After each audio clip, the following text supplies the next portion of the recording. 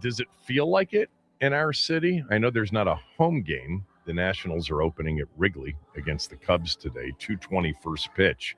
Cade Cavalli will be the day one starter. It doesn't feel like opening day in our city. Good morning, everybody. Sweet 16 games tonight, a smell test later on in the show. Ben Fawkes, who is Yahoo's sports betting analyst. We've had Ben on the show before. He'll join us at 11 a.m. Grant Paulson will jump on with us at 11:35 to preview the Nats season, one in which the odds makers say will be the second worst in baseball. They're over-under on win total 64.5 as an average number. Only Colorado's worse, and they're much worse at 56.5 or 57.5. The Rockies, for a second consecutive year, predicted to be just horrendous. But the Nats are right there, and there's separation between them as the projected second worst team in the league and the teams that would be third, fourth, and fifth worst teams in the league. They're terrible entering this season. New general manager, new on-field skipper. Will be interesting to watch to see whether or not this team can make some strides towards perhaps a contending team, not next year, but maybe 2-3 years down the road. But I want to talk about just, opening day in this town. I think most of you don't know this about me. Maybe you recognize it when we're into playoffs and October baseball, but I really love baseball. I've always loved baseball. Now, not growing up with baseball, not having a team here for 34 years, which, a lot of you experienced. I mean, I'm just barely old enough to remember the Senators. I remember my father taking me to a 1971 game when Denny McClain made his debut as the Senators pitcher. The reason I remember that is not because of Denny McClain. I just remember that when we came out after the game, the car had been stolen. True story. The car had been stolen, and that was a traumatic event for a young child. But that was RFK in the early to mid 70s. But anyway, after they left, I didn't, as many of my friends did, I didn't adopt the Orioles as my team. I just didn't. I don't know why. I think I just always had this sense that I wanted to wait until we had a team back in Washington. I'm glad I had a sense at a young age that there was a big difference between Washington and Baltimore. They're two totally separate cities, personality-wise and many others wise. And, during the 70s, during the 80s, there were always pushes to bring baseball back. I mean, RFK Stadium on Sundays during football season, big banners, baseball in 1978, baseball in 1984, back in Washington.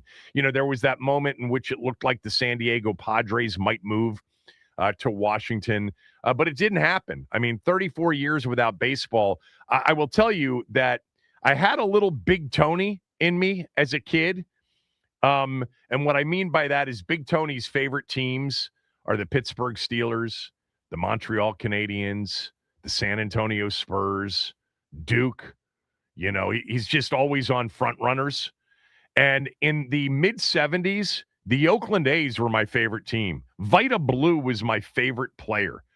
Catfish Hunter, Ken Holtzman, Reggie Jackson, Sal Campaneris, Bert Campaneris, Sal Bando, Mike North. Those teams, I love those teams, in part because I was a kid and I loved the different uniforms. Like the Oakland A's were like the first, I bet this is true, although they were probably doing it in the ABA and maybe even in the AFL in the 60s.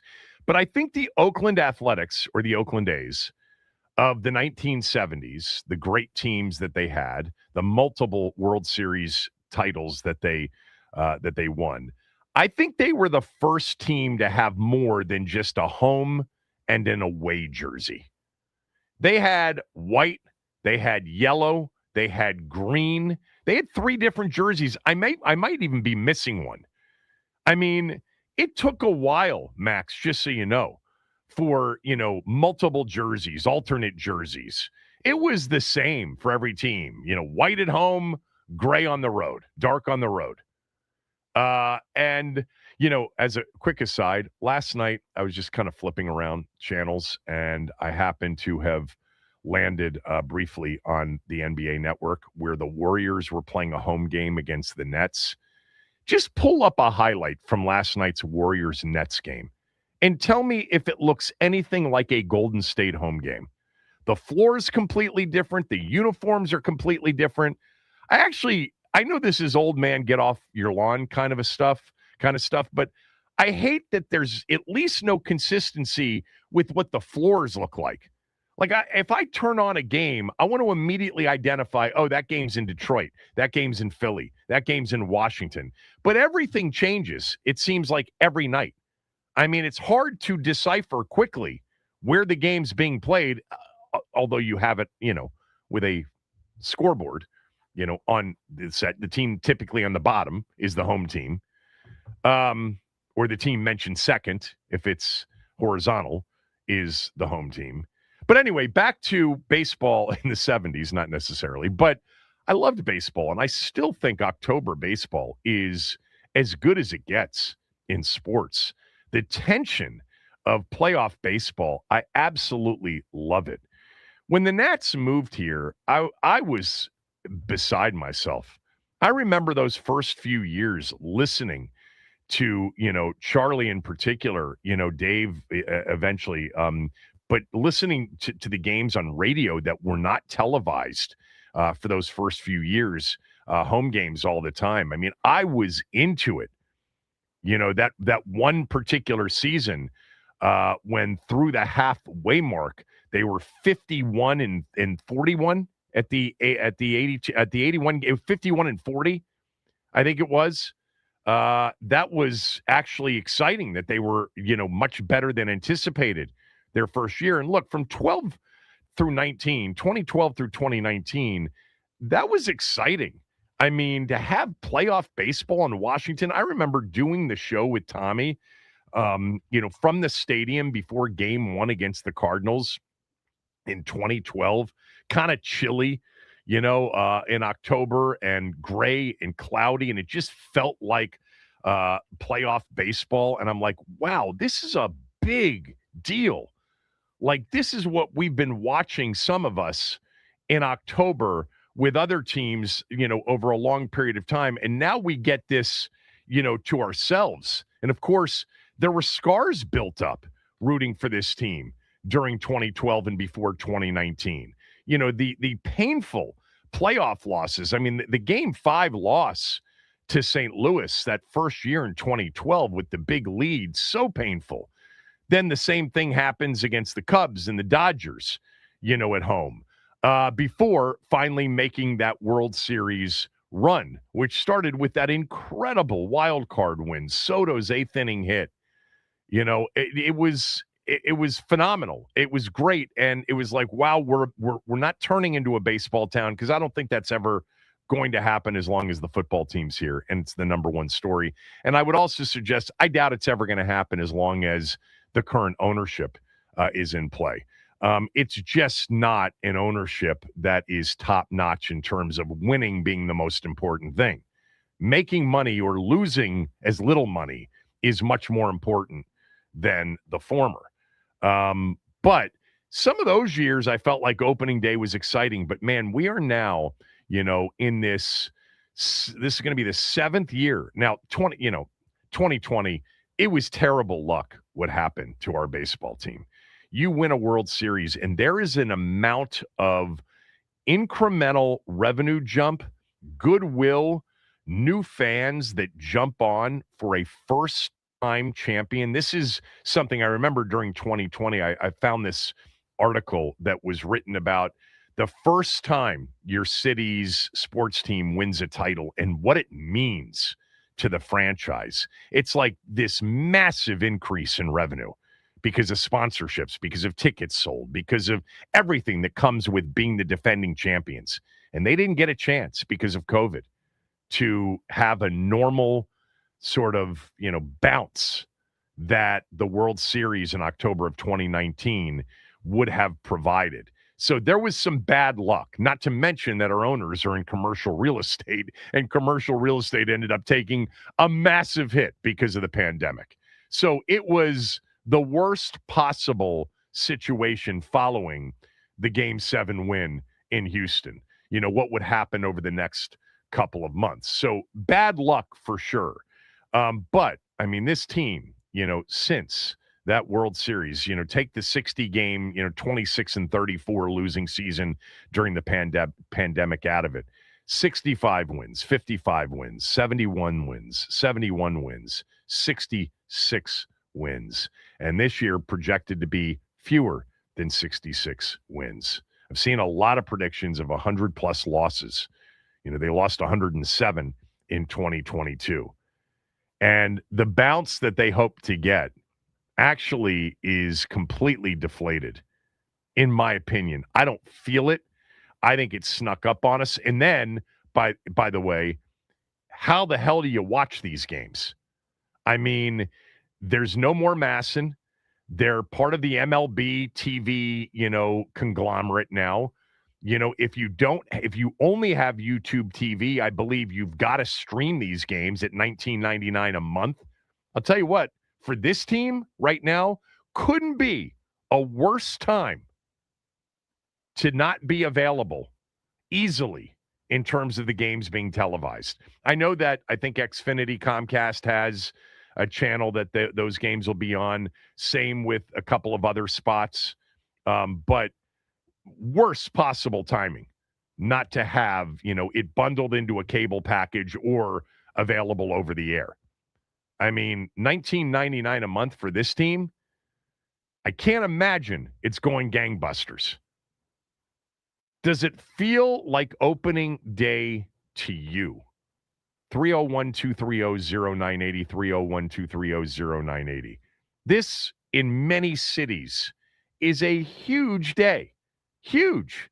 In Baltimore, in Boston, in New York, in Philly, in Chicago for two teams, in Detroit, in, you know, Houston now, in Seattle, in LA for sure, San Francisco. These are tried and true traditional days on the sports calendar. I don't think it's become that for us. I think it had a chance to, and I think it felt like that for a while. It may speak to just the nature of what I think we've become as a sports town, which is after the football team, it's bandwagon. It's you got to be good to really draw a mass audience. And then it's fleeting. You know, it's jump on board for the biggest games at the end of the year as you're going into the postseason or into the tournament or whatever it is. I mean, even, you know, some of the – look, I think the Caps fan base, obviously from a volume standpoint, it's far from the largest. From a passionate, dedicated, loyal standpoint, it's probably number 2 in this town behind our football team. Now, again, the numbers won't support it being number 2 in overall volume of fans. But in terms of how loyal they are, dedicated, and non-bandwagony they are, they're probably second to the football team. Everything else, got to win. Got to win big to really draw a big crowd. And the Nats are so far from it. The Wizards are so far from it, we think. Hopefully not. Maybe next year. Does it feel like opening day in Washington, D.C.? I understand it's not a home game, but it's still opening day, the first of 162 games. This is a big effing deal in a lot of places. We don't have our home opener until Friday, April 3rd at home against the defending champion LA Dodgers. By the way, I think I mentioned this the other day when we had Mark Zuckerman on the show to kind of preview the season and talk about the World Baseball Classic. And that is, it's a brutal start schedule-wise to the season. They open up against the NL Central favorites, then the Cubs. Then they're on the road. Then they're on the road against the NL East favorites in Philadelphia, and then they're home against the NL West favorites and the defending champion Dodgers. Say hello to your first 9 games.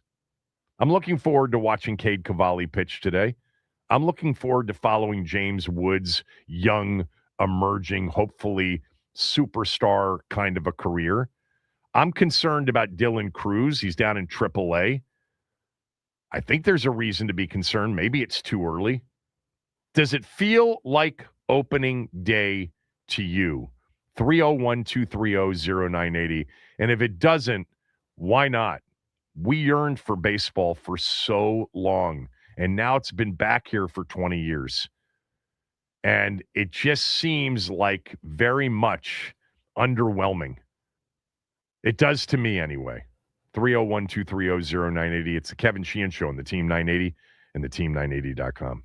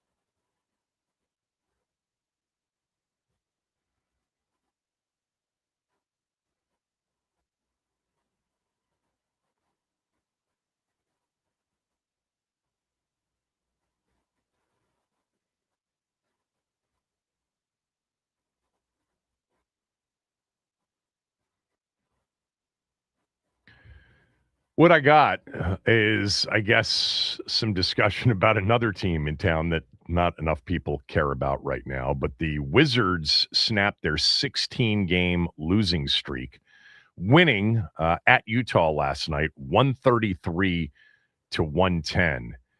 And Julian Juju Reese, the Maryland rookie, who had a 20 rebound game, set all sorts of rookie records for the Wizards, offensive rebound records back against the same opponent, Utah at home on March 5th. Again, 18 and 20 that night, 20 rebounds, 18 points. He went off again last night. 17 rebounds, 26 points for Julian Reese. He's the only rookie in the NBA this year to have 2 games of 15 plus points and 15 plus rebounds. I talked about him when he did this against Utah at home.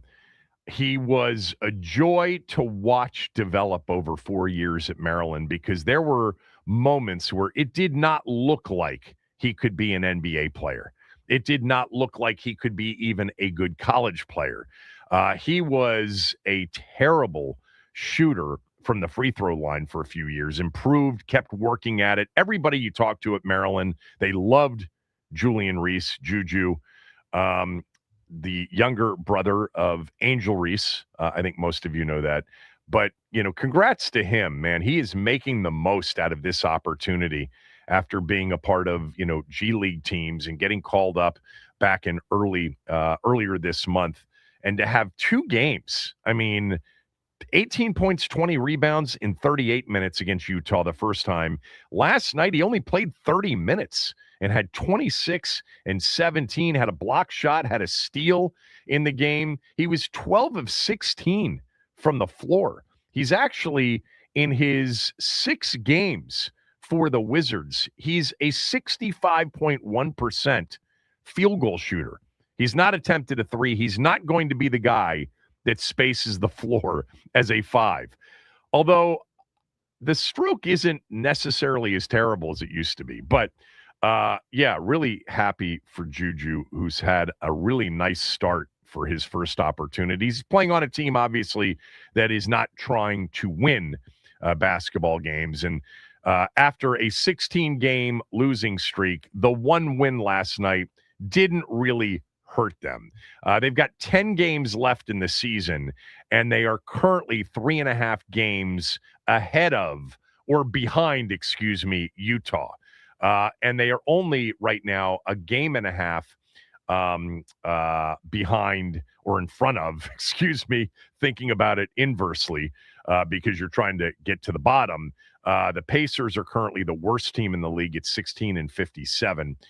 Then it's Brooklyn at 17 and 56, and the Wizards at 17 and 55. But the Jazz, who they beat last night, they're 21 and 52. So they're not going to catch Utah over 10 games. That's not going to happen. They're not going to all of a sudden go on a 9-1 run to end the season, which is pretty much what they would have to do. And again, the reason this is a discussion, they need to finish in the bottom 4 to ensure that there's no chance when we get to lottery night in the NBA playoffs, draft lottery night, that they end up finishing outside of the top 8. Top 8 protected pick, and they certainly want to have a pick in this upcoming draft. All right, back to baseball. The Nats today at Wrigley, kind of a cool place to have opening day. I don't know, have they ever opened up at Wrigley before? I don't think they have.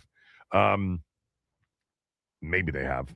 It doesn't seem to jog my memory, but maybe that's part of the issue here, is that memorable opening days for this franchise have been few and far between. And that's my general feeling right now, is I don't feel like we are embracing as a city a Major League Baseball team's opening day. I know it's not a home game, and that makes a difference, but I have a feeling even if it were a home game, it wouldn't be a massive deal today. Do you feel it? Do you feel opening day, yes or no? I don't. It's even going to be hard for some of you to find the game on TV. Not the best possible year to be shifting there. By the way, Bob Carpenter, no longer a part of the broadcast, right? The Nats broadcast now. Wait, I know the answer to this, but see, there you go. Why something that should be so easy to answer? Because Bob Carpenter retired, right? Mm-hmm. Who's calling the games? Dan Kolko. Oh, Dan Kolko. Of course, I knew that. I did know that.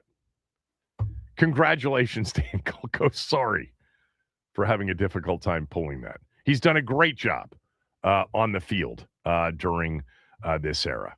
All right. Greg in Gaithersburg, does it feel, I didn't ask you, Max, does it feel like opening day to you? Is this something you care about? So baseball, I'll give my list of like teams I support. So it's usually Caps, Commanders, 1-2, 1A, 1B, and then really 1C, 1D is the Nats and the Wizards, kind of alternates. But weather-wise, feels like opening day. Feels awesome outside. It's going to be a nice day today. Would love to drink and watch some baseball outside 2 blocks right down the road. But you know what? That's the benefit of where the station is that you can roll right out and walk right into the ballpark. Yeah. I mean, I can remember we did shows opening day. God, man, because this station covered the Orioles and carried the Orioles games for many years while 106.7 was carrying the Nats games. And so we ended up at Camden Yards more often than not on opening day doing our radio show. But during, playoff games, we had a studio in the bullpen, in Bo Blair's bullpen down there on Half Street. We had our own studio there for a few years where we did a bunch of shows, especially during the postseason. All right, Greg, does it feel like opening day? Yes or no? Why or why not? No, Kevin, it doesn't. For a lot of reasons. When I was little, my dad always had tickets for opening day for the Senators, and this was a family outing. It was like they'd come and get us out of school early. Everybody dressed nice in those days to opening game. It wasn't, T-shirts and jeans and tennis shoes. I mean, you dressed like you were going to a family function. And, back then with the Senators, it was, waiting to see Frank Howard hit him into the upper deck or Mike Epstein, and just a lot of great memories. Paul Casanova. It's like I was telling Max, now opening day, I'm sitting in traffic on the Beltway. So there's a little difference there. But, you've mentioned a lot of things about baseball and sports around here that we have in common, and it just brings back a lot of great memories. Yeah, I mean, look, I don't remember really Senators opening days. I remember going to RFK in that very final season, for sure. They were a bad team, terrible team. And by the way, the attendance for Senators games it was one of the reasons that Bob Short moved the team. It was they were drawing like 8,000 a game or something. It was terrible. But opening day was always sold out. Yeah, and the president would throw out the first pitch more times than not. Correct? Always. And they had a star in Frank Howard. They had an absolute, home run hitting star in Frank Howard. But yeah, I really thought that we would have this as, mark it down opening day every year when baseball returned in 2005, that this was going to be a big, big day every year on the sports calendar. And I kind of feel like it isn't. And I don't know if there's anybody to blame other than the learners, and ownership for putting out such a terrible product and looking borderline apathetic about putting you're disinterested in putting out a bad product. I mean, the best thing that could happen post this impending maybe next year lockout would be for them to sell the team to somebody who has the wherewithal. They have the wherewithal, but also the willingness to build a winner for sure. And who knows, maybe Paul Taboni will end up being an absolute maestro as a GM, working within the constraints of the learner's ownership and can build something. Because certainly Mike Rizzo did a hell of a job doing that. Because look, over that period, you're talking about 5 playoff seasons in 8 years. which included a World Series run and victory. Thanks, Greg. Let's go to Alan in Durwood. Does it feel like opening day to you, Alan? Alan, you there? I mean, I'm a huge baseball. Yeah. It I got you now. Does. I mean, I'm a huge baseball fan. It's my favorite sport. I grew up in New York, so I mean, just being from there, it makes this like a holy day. Even though I'm not a Mets Yankees fan, I'm an A's fan, and it's just it's like my favorite day of the year. And it's unfortunate, that the Nationals are down right now, but I think they've got a good GM. At least it comes from a good system. They developed a lot of good young players, so I think there's promise there. This season will be a downer, but I think I would be surprised if they're back in contention in 3 years. But I just think more of rather than a Nationals approach, I think a national approach. I follow every team fairly closely. I'm the commissioner of my baseball fantasy league. We've been doing this league since the 80s, the early 80s, in fact. We do a New York City draft every year. It's going to be this Saturday, and I just really get into it. So that's the attitude I take. I'll be following my A's up to New York in a couple of weeks. I'll be going out to Sacramento next month, and I've been to every Major League Baseball franchise's stadium. So that sums it up for me. Yeah. Okay. Look, I mean, I have friends that are massive baseball fans, and they're into it, and they're betting it heavily, and they're paying attention to it on a nightly basis. It's not me. I'm just going to tell you that it's not me to do that. It's a hard watch, 9 innings, and I know that the speeding up of the games has helped from a consumption standpoint. But for me, I'm all about October. I love October baseball. I think the tension, the competitiveness of it is as good as it gets in sports. Love that part of it. And look, I'll go to, typically I'll go to 4 or 5 games a year. I think last year was probably the fewest I've been to, maybe 2 or 3 games last year. There have been a couple of, givens every year, which is, a game until the 5th inning and then off to the MGM. Max, that's been a move that me and a few of our friends have made. You go to the game, 5th inning, done. We're off to the MGM. And then that turns into a much longer night than the baseball outing itself. I just sense that this isn't a big deal. And it should be, because it is in a lot of cities, and it doesn't feel like it is here. Does it feel like opening day to you? 301-230-0980. We've got an open line if you want to weigh in on it. Bones, go ahead. Kevin, my main man, shout out to my man Max. Hey, Kevin. What's up, Bones? I'm saying something. I came up, we used to go to the game. We ain't had to pay but $1 because we was 12 and under, right? And we used to go to the games, and I'm saying you didn't have to pay anything as a 12 under 12. You didn't have to pay to get in. We only had to pay $1. We only paid $1. $1. Cost us $1. $1 if you were under 12.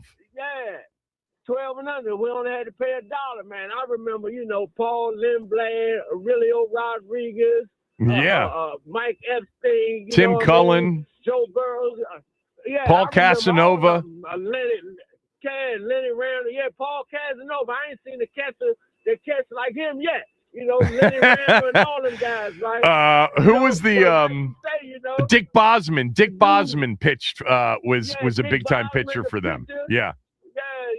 Dick Bosman, Horatio Pena.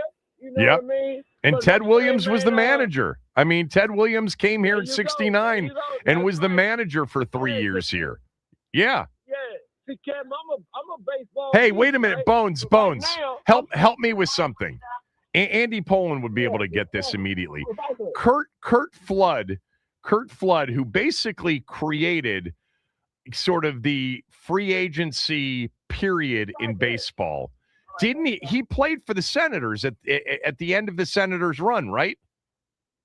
Yeah, Kurt Flood was definitely there. He came there right after that, situation that transpired with him, right? Right. Up in Detroit. Right. Yeah. It was Detroit. Okay. Yeah, it was Detroit. Yeah, and then I'm saying, Kevin, Like now, it don't feel like opening day now because most of these people, the fans here, they transient fans.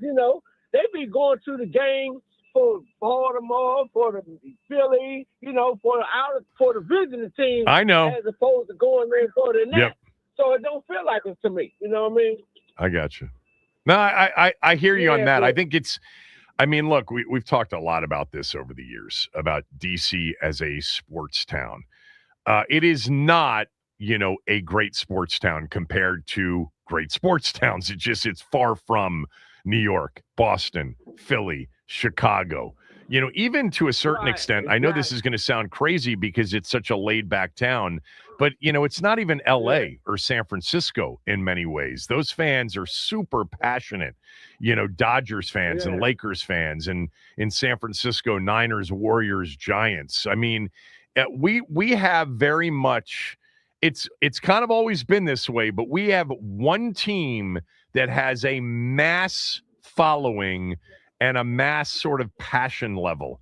And that's the football team. It's kind of always been that way, even though, as Bones, we're kind of a basketball, from a root, community standpoint, a basketball town. But, interesting. Yeah. All right. Thanks, Bones. Appreciate it.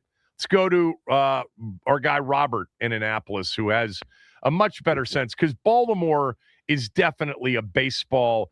I mean, Orioles opening day is a massive deal. Always has been. Good morning. Yeah, it's going to be hopping up there because they got nice weather. They got a lot of optimism this year with their new pitching and all that. Al Galdi will probably be up there partying at PJ Pickles. Yeah, so, Galdi's a huge Orioles fan, no doubt. And that's part of the situation. Many of the folks that are regular permanent residents over in your area became Orioles fans or grew up as Orioles fans. By the way, the Curt Flood, that didn't involve Detroit. He didn't want to go to Philadelphia. When the Cardinals traded him to the Phillies, because it was such a racially biased town, I guess, I believe was the whole. Well, he ended up in Washington. I remember that. He did at the end.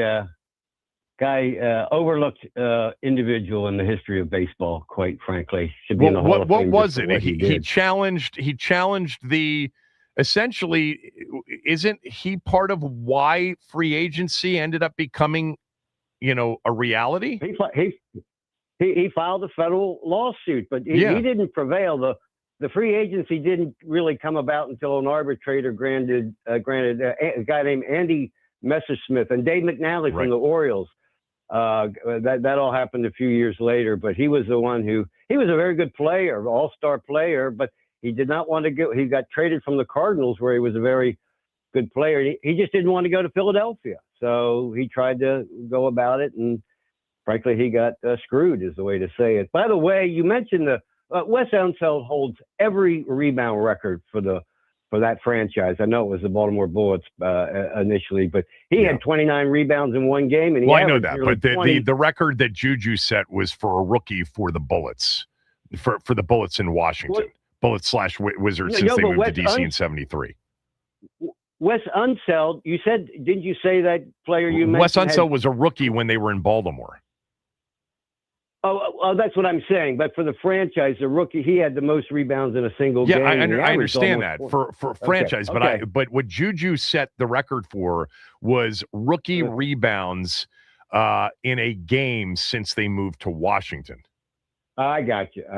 Yeah. All right. Well, there you go. Yeah. Opening day is a big day, but you're just not a hockey or baseball guy. You hop in during the playoffs. You're a basketball guy. But let me just tell you something. There was always a possibility, and my friends know this about me. Not hockey, but I always loved baseball, and even going back not that long ago, I watched a lot of it during the regular season. But it's definitely slipped away, and I don't know if that's. Yeah, go ahead. Like I kind of feel like, Robert, if the Nats had continued on that stretch that they were on, they won the second most games over that 8-year period in the National League behind the Dodgers. All right, so I think it was the fourth overall most games won during that 8-year period in baseball. And I think if that had continued, I think that because I was into it during those years, and we did a lot on the show, especially when I was doing the show with Tommy, because Tommy was such a baseball guy. I mean, we had Mike Rizzo on the show for 2 years on a weekly basis. So I kind of miss that, but at the same time, it's a big time commitment to be into regular season Major League Baseball, even if it's just one team. Well, you'll get a crowd. You'll get people out there on opening day. And like Baltimore, like Washington, Baltimore has a casino right near the stadium. So after the fifth or sixth inning, you can move over there. But thanks for taking my call. Yeah, thanks. There you go. Robert in Annapolis, everybody. Bernie, Eric, Jeff, Ricardo, stay on hold. 301-230-0980. Does it feel like opening day to you? I know it's not a home game, but it's the first of 162. It's Major League Baseball opening day 2026. There was a game last night on Netflix. The Yankees beat the Giants 7-0. But today is the first day games, springtime.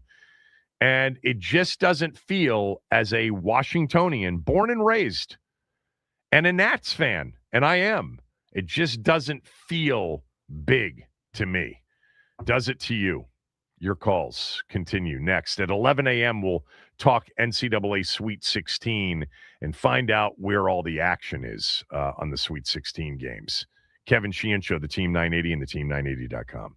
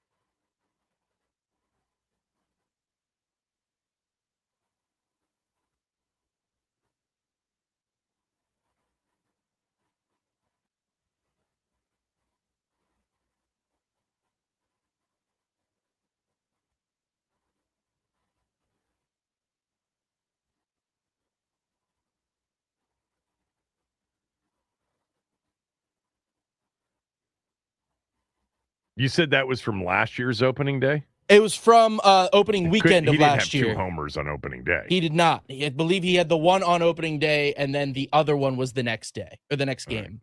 Right. They lost in 10 last year on opening day at home against the Phillies on March 27th. I remember there was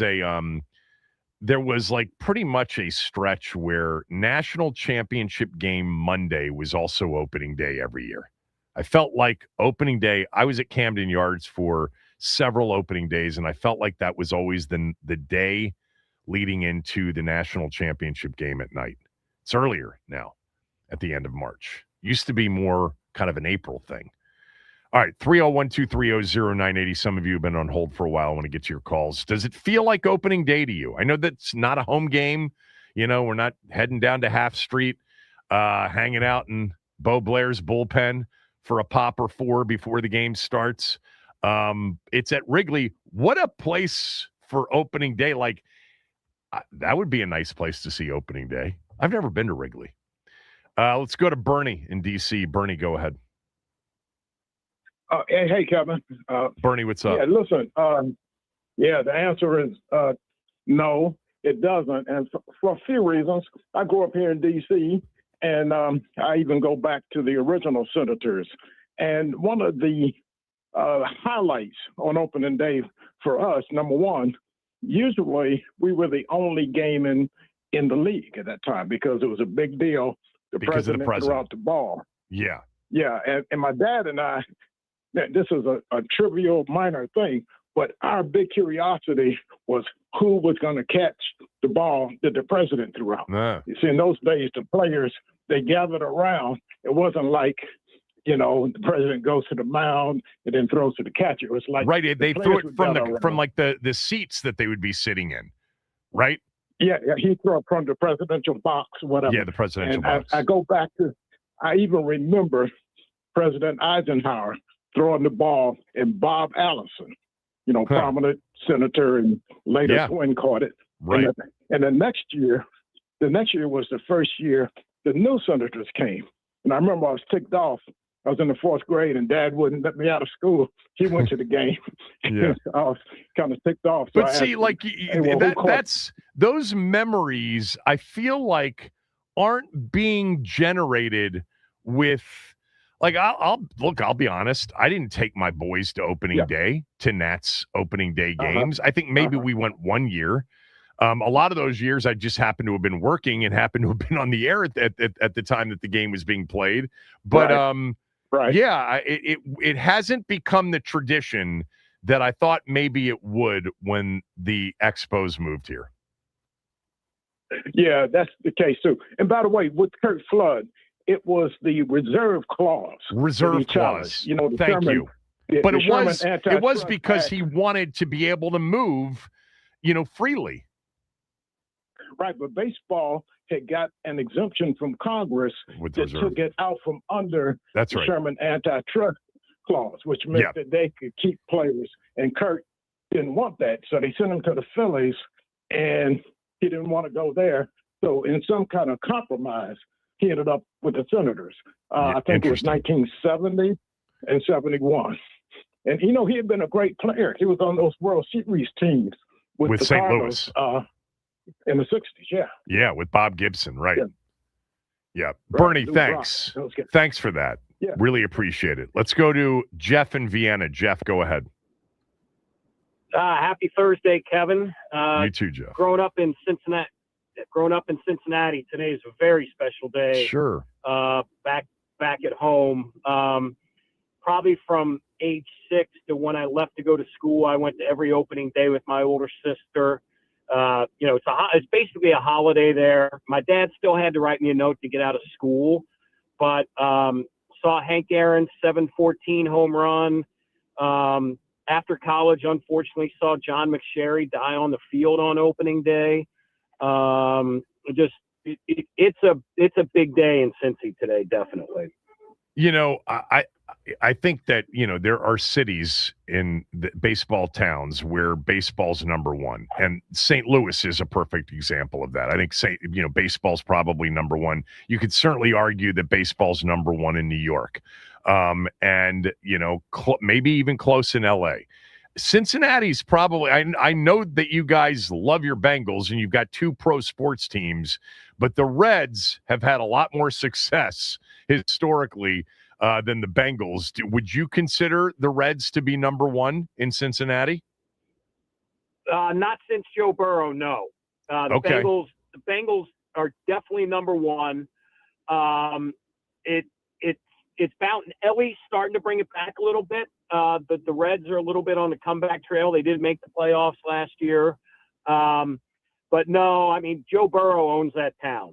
So now another 6-11 season, and it might be back to being a Reds town. Right. We'll have to see. Well, the Reds are supposed to be decent this year. So we'll see what happens. Yeah. Thanks, Jeff. Appreciate it. Let's go to Eric in Norfolk. Eric, go ahead. Does it feel like opening day to you? Hey, Kevin, not as much as it used to in years past. I was telling Max that, back in like 2012 and for a good 5-year span, a handful of my buddies, we'd take a half day at work and we'd go down to a bar in Virginia Beach that had like some outdoor kind of open air, and we'd get some cigars and just we'd post up at a bar, just right before the first pitch. And that was kind of how we kick off the season. And, I was a single guy back then, and so I was able to kind of, obsess about the Redskins during the football season and then transition into the Nationals and the Caps and Wizards, after that, and I could allocate all that time. But these days, now that I'm a married man, I kind of have to pick the Skins are pretty much my 100% focus now. And the Learners, I feel like kind of like ruined a lot of the fun that team was. Because, man, from 2012 to 2019, it was a fun team with Strauss and Scherzer and LaRoche and Zimmerman and Wirth. Harper, Rendon, Wirth. Yes. Trey Turner, watching him come up. Fun. Yeah.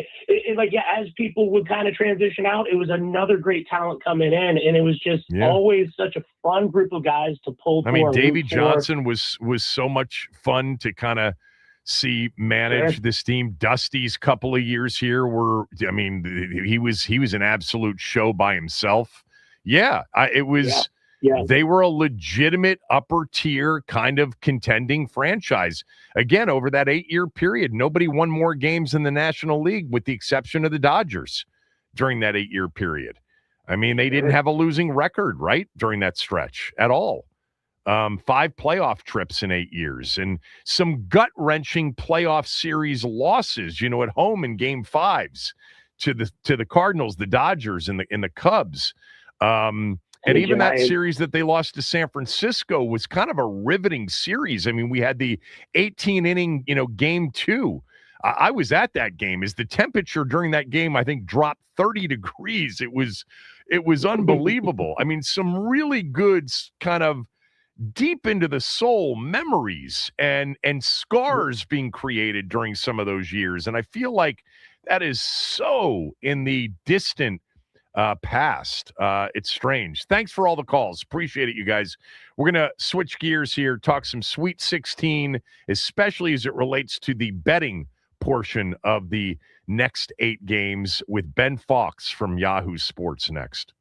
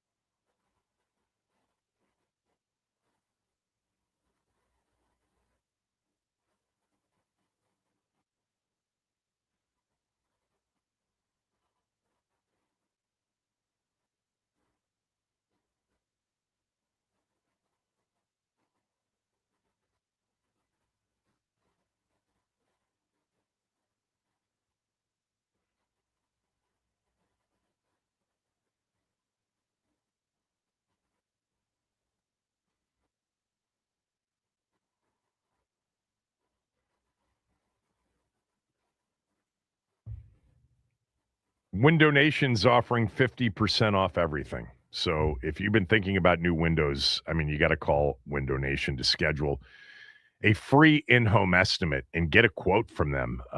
They'll come into your home in an hour or less. They'll leave you with a quote. They won't bother you. They won't pressure you. You can make the call. But if you do this before the end of the month, and we've got 5 days left in the month, you're going to get access to 50% off, half price on everything you purchase. You can shop the deal, see if you can do better. But if you've been thinking about new windows, give them a chance to come out and give you an estimate. Call them at 866-90-NATION. Go to windownation.com. Tell them that you heard about Window Nation from me, Kevin Sheehan.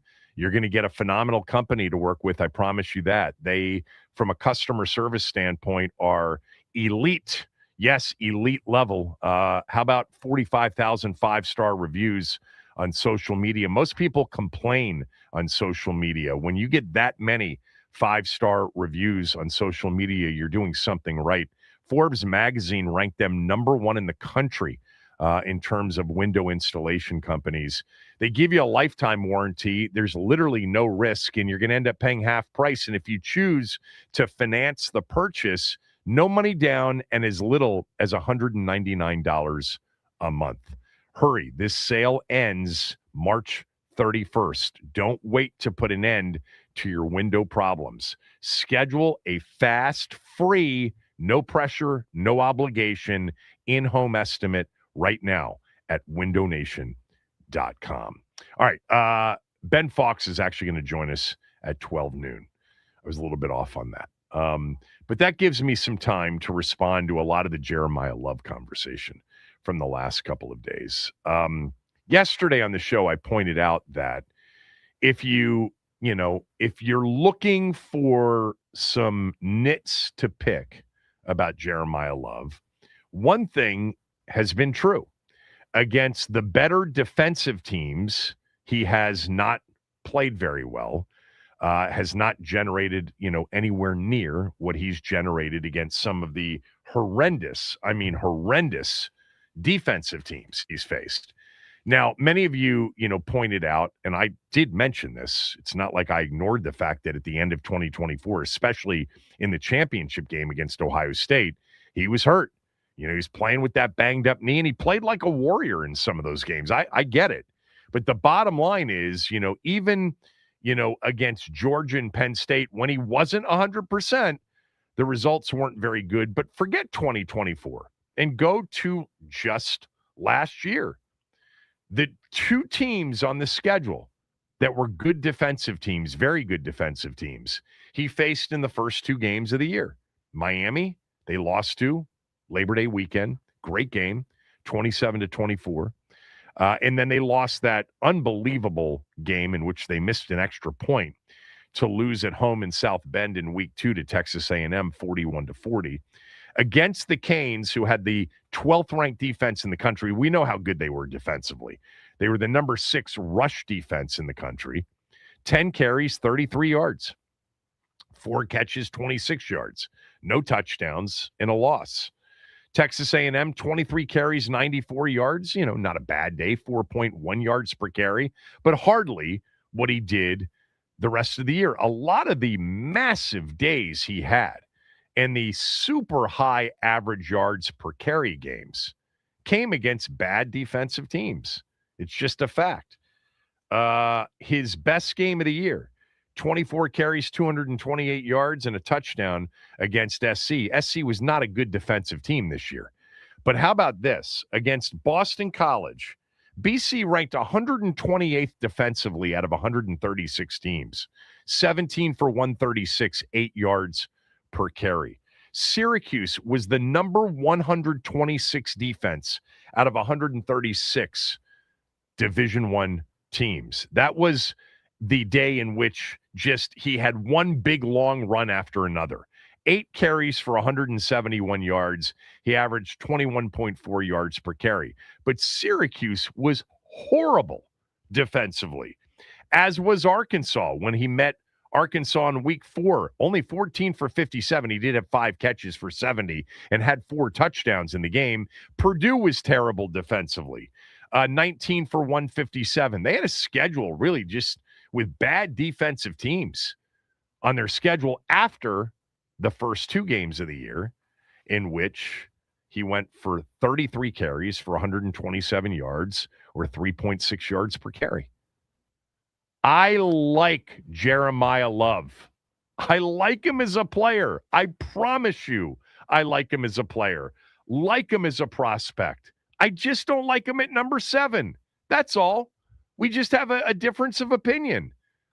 I want my top 10 running back selection to be a guy that I think is going to be an absolute superstar. Bijan Robinson, Christian McCaffrey. I got this from Jim T. Jim T writes, last year, Damian Martinez, and this year, Jeremiah Love. You've lost your touch on running backs, Kev. I've been following your running back calls going back to Devin Singletary, Chase Brown, Tyler Algier, and you really liked the Super Bowl MVP this year, Walker. But you've lost your fastball because I can't come up with any reason why you're so down on Love. I got this from ND85. Can't believe how wrong you're going to be about Jeremiah Love. He's the best player in the draft, according to Kuiper and others. Not sure why you're such a non-believer.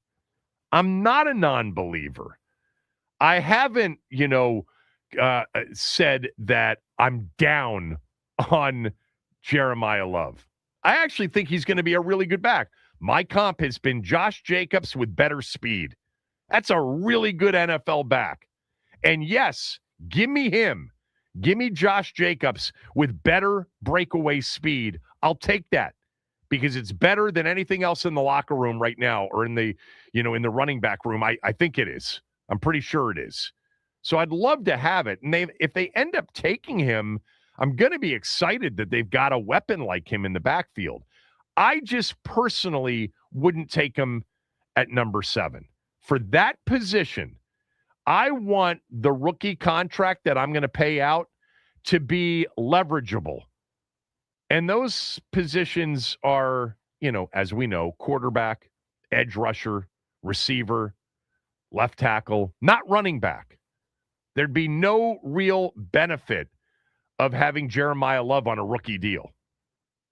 Now, that's not why I would turn away from him. It's not the player, though. It is more about the, placement. And yes, from a player standpoint, I don't believe that in watching him as a college player, that's all we've been able to do, I don't believe that I've been watching Christian McCaffrey or Bijan Robinson. Those are the players that I would take at, number 7, or really just top half of the first round. I wouldn't even put, I don't know, Gibbs is close, man. Jonathan Taylor is even at times close. Derrick Henry, not now, obviously. Players that have been able to carry their teams, literally carry their offensive football teams. And even when they do, by the way, even when they do, that position isn't the difference maker, Super Bowl or no Super Bowl. Bijan hasn't been to a playoff, hasn't played in a playoff game yet. And McCaffrey, they haven't won the Super Bowl, but he's been a big part of those seasons in which they've gotten to a Super Bowl. Saquon Barkley was certainly a reason that Philadelphia got to and won the Super Bowl, but let's be honest, their defense was the number one story for them during the postseason, in their wins over Green Bay, the Rams, Washington, and then Kansas City. If it's my team, you've got to be in the superstar elite projected class for me to pick you in the top 10 to top 15 at that position. And I don't see Jeremiah Love that way. I see him as an excellent prospect. I think he's going to be a very good NFL running back, but not elite enough to take that high. That's all. Food for thought. On, also some of the things that I'm sure you've read, but we haven't emphasized just about the 2025 season. And I appreciate all of the feedback on, you didn't mention about him and his knee. I did mention about him and his knee in the championship game against Ohio State. I did. I just said that, banged up or not, he did play against, Indiana, played great against Indiana, Georgia, and then Penn State before Ohio State. But really just look at this year, which was, look, Jadarian Price had better games against Miami and Texas A&M than Jeremiah Love did, statistically. And Price is going to get picked night 2 in this draft. He might be the second running back selected. And again, like the position overall, historically, you've been able to find guys night 2, day 3 that have been excellent backs. And the guys that have been worth taking that high, the Bijans, the Saquons, in recent years, the McCaffreys, Gibbs was picked outside of the top 10, right, Max? Wasn't he picked at 12? Gibbs was not a top 10 pick. Bijan was, Saquon was, McCaffrey was. Aren't those the only running backs recently that have been drafted in the top 10? Or am I missing one? Gibbs was 12, so you got it. Oh, Ashton Genty. Oh, but, of course. It's too early on him. Yeah. Yeah. In the top 10, we had Bijan at 8. Gibbs was 12. So I was right about that. And we had, and then before that, you got to go back to 2018. Barkley at number 2 overall. I mean, picking a running back that high, the year before it was Fournette at 4 and McCaffrey at 8.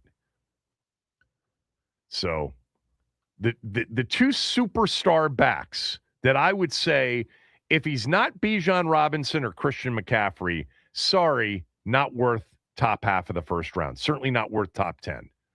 I don't see him that way. I just see him as really, really good. And there's nothing wrong with really, really good. But you know what?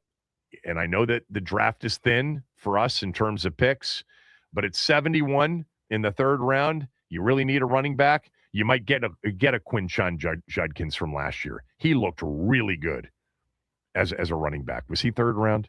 Or the kid from Virginia Tech that plays for Jacksonville, Tootin. Cam Scattaboo was 4th round. Trevor Etienne, who looked good. Woody Marks looked good. He was 4th round.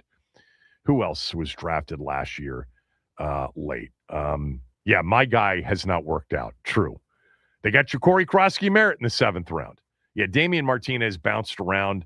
I think he got signed to a practice squad and then cut from the practice squad. I have no idea what will happen to him. And look, a lot of times it's not the player, it's not the prospect, it's all the intangible stuff that we don't know about. But I mean, Bucky Irving was selected in the 4th round. Star. I mean, star in the making, for sure. It's just a position that I just would not pick that high with that particular player.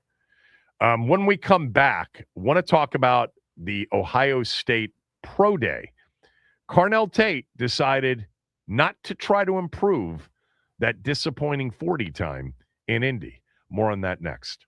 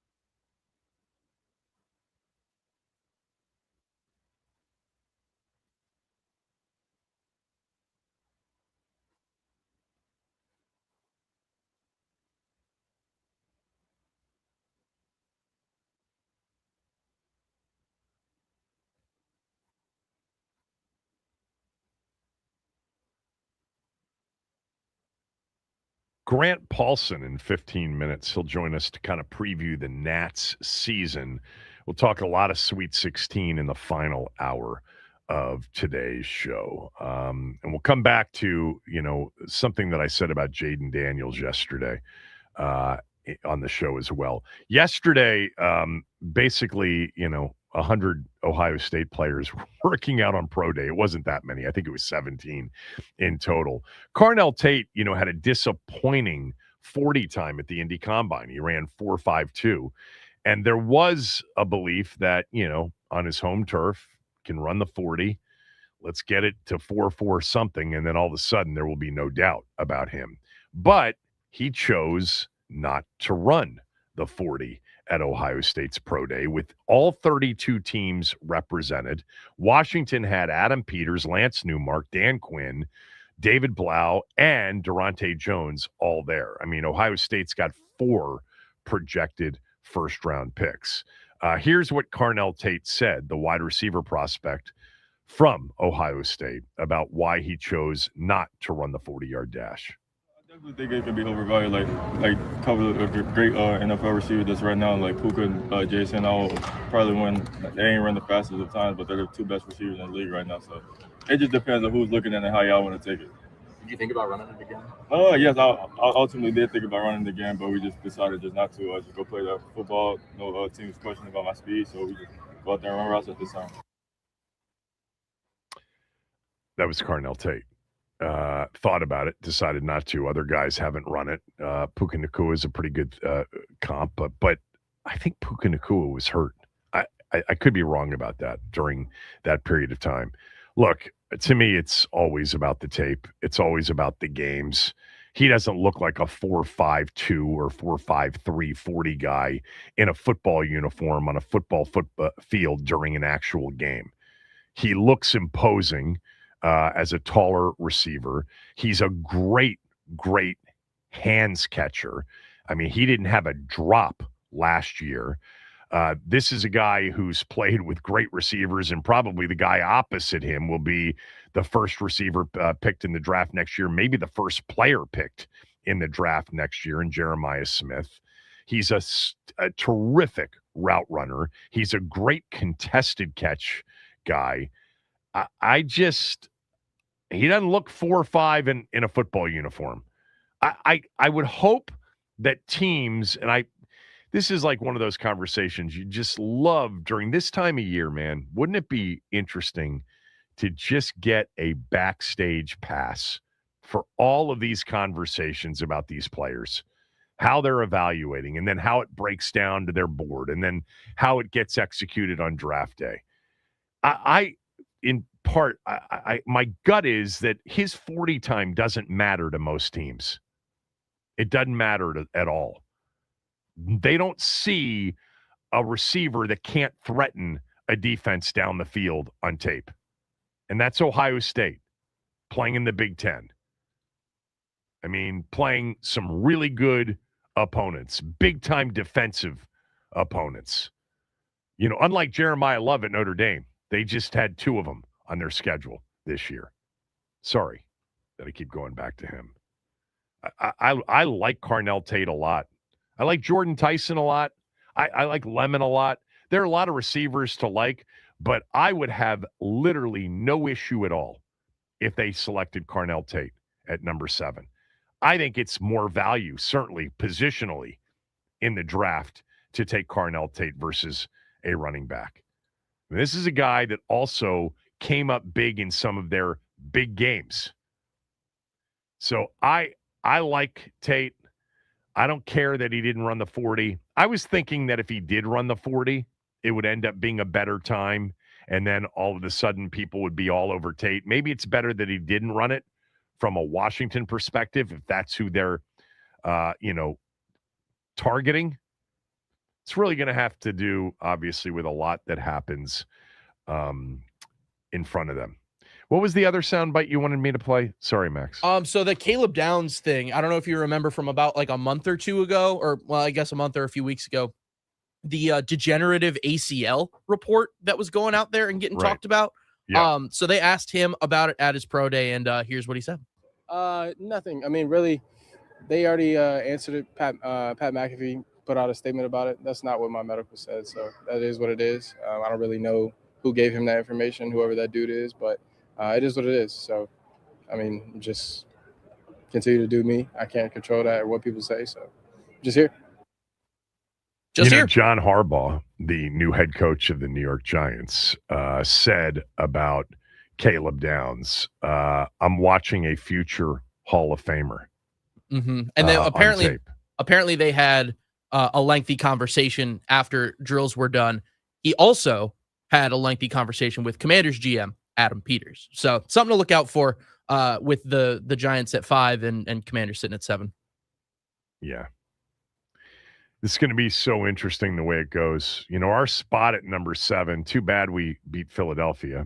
Could have been 2 spots better at number 5, and then your choices would have been even greater. But to me, still, as we sit here exactly 1 month away from the NFL draft, 1 month from tonight, we will be April 23rd. It's a little bit earlier this year, the 23rd through the 25th. We will get the opening night, and I would love if one of those pass rushers fell, whether it's Bailey would be my preference.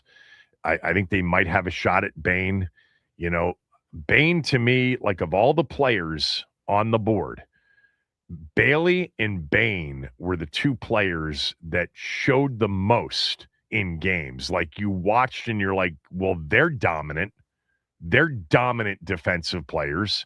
They're game changers. But Bain's arm length has been an issue for NFL front offices, measured sub 31 inches. That's just not something that evaluators ignore. They take that into serious consideration. I think, no edge rusher over the past 2 decades has been drafted in the first round with sub 31-inch arms. But my God, does he play with leverage? Does he play with a motor? I mean, dominant against the run and as a pass rusher at the college level. They played a great offensive line in that championship game. Same in the games that preceded them, Ohio State and Texas A&M. I mean, the way he dominated those games. To me, like Bailey and Bain watching college football this year, whenever you watch them, you're like, well, that guy's going to be an awesome NFL player. Whereas with Reese, not so much. Styles, yeah, a little bit. Downs, sometimes easy to see, sometimes not so easy to see. I always felt that way about Tate. I feel that way about Mendoza. Not that he's going to be, an elite level quarterback, but his accuracy is elite. He is one accurate thrower. And oh, by the way, he's 6'6", 6'5". Just seems a bit off sometimes. All due respect. The NFL announced yesterday officially Seattle to open at home on Wednesday night, September 9th, to kick off the 2026 NFL season. Remember, we knew last week, I think it was, that they were going to play on Wednesday night via the reports, but there was a soccer conflict. There was a baseball conflict. Seattle, apparently the relationship between the teams, not what it was with Baltimore back in 2013 when they were the defending champions and had to play on the road. Seattle will open up at home. It'll be the first Wednesday night opener since the Ravens. And that was because, since 2012, not the Ravens. It would have been the 2012 opener. That game got played on a Wednesday night because Obama had his convention speech on that Thursday night. And so the NFL moved it back a day. And so we'll see a Wednesday night, September 9th opener between Seattle and somebody. Seattle's home schedule, we looked at this, at the end of the Super Bowl or the next day.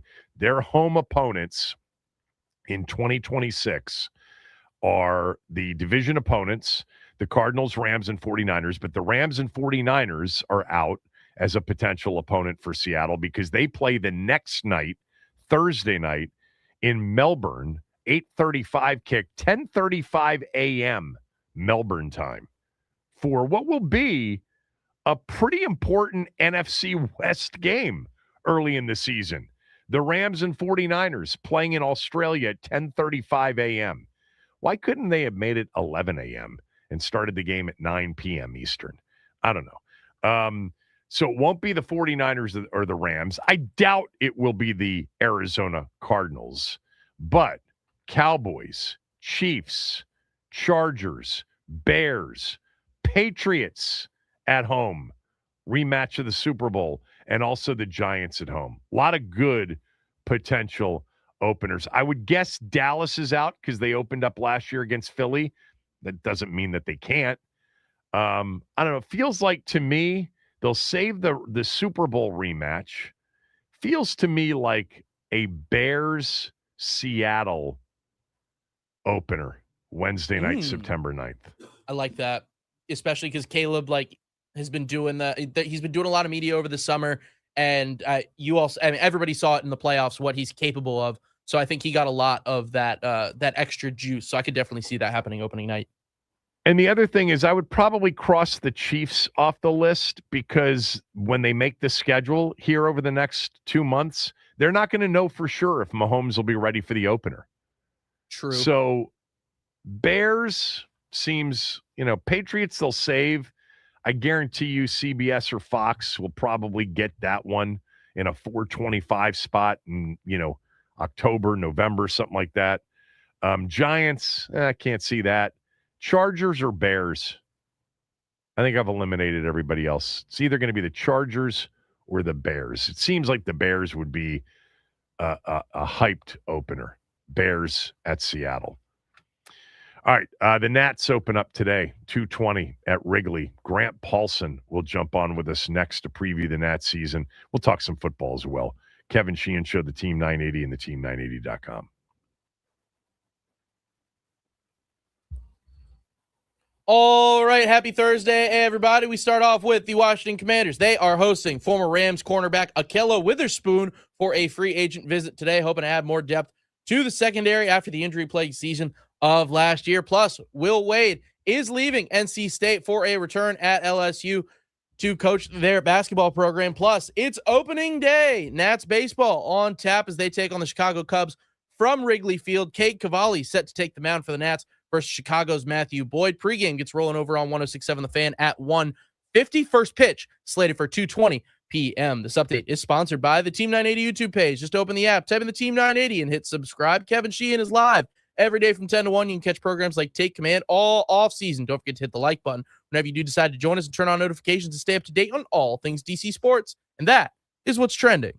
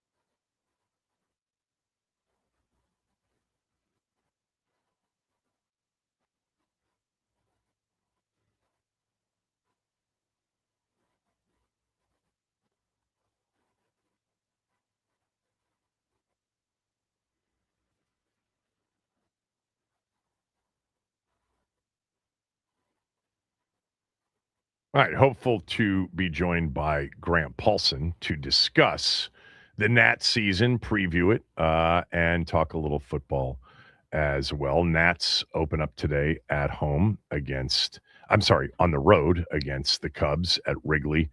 Nats with the second lowest over-under number for the Major League Baseball season. It's 65.5. The Rockies are the only team with a lower number. So we'll wait for Grant to call in, and we will talk some baseball with him. Something that I said on the show yesterday generated a lot of reaction, and that was that I kind of felt like Jaden and his season last year has been discussed in a way that was more about a step back season, a regression season, a season that, a lot of people predicted before the year began because 2024 was kind of a lucky year.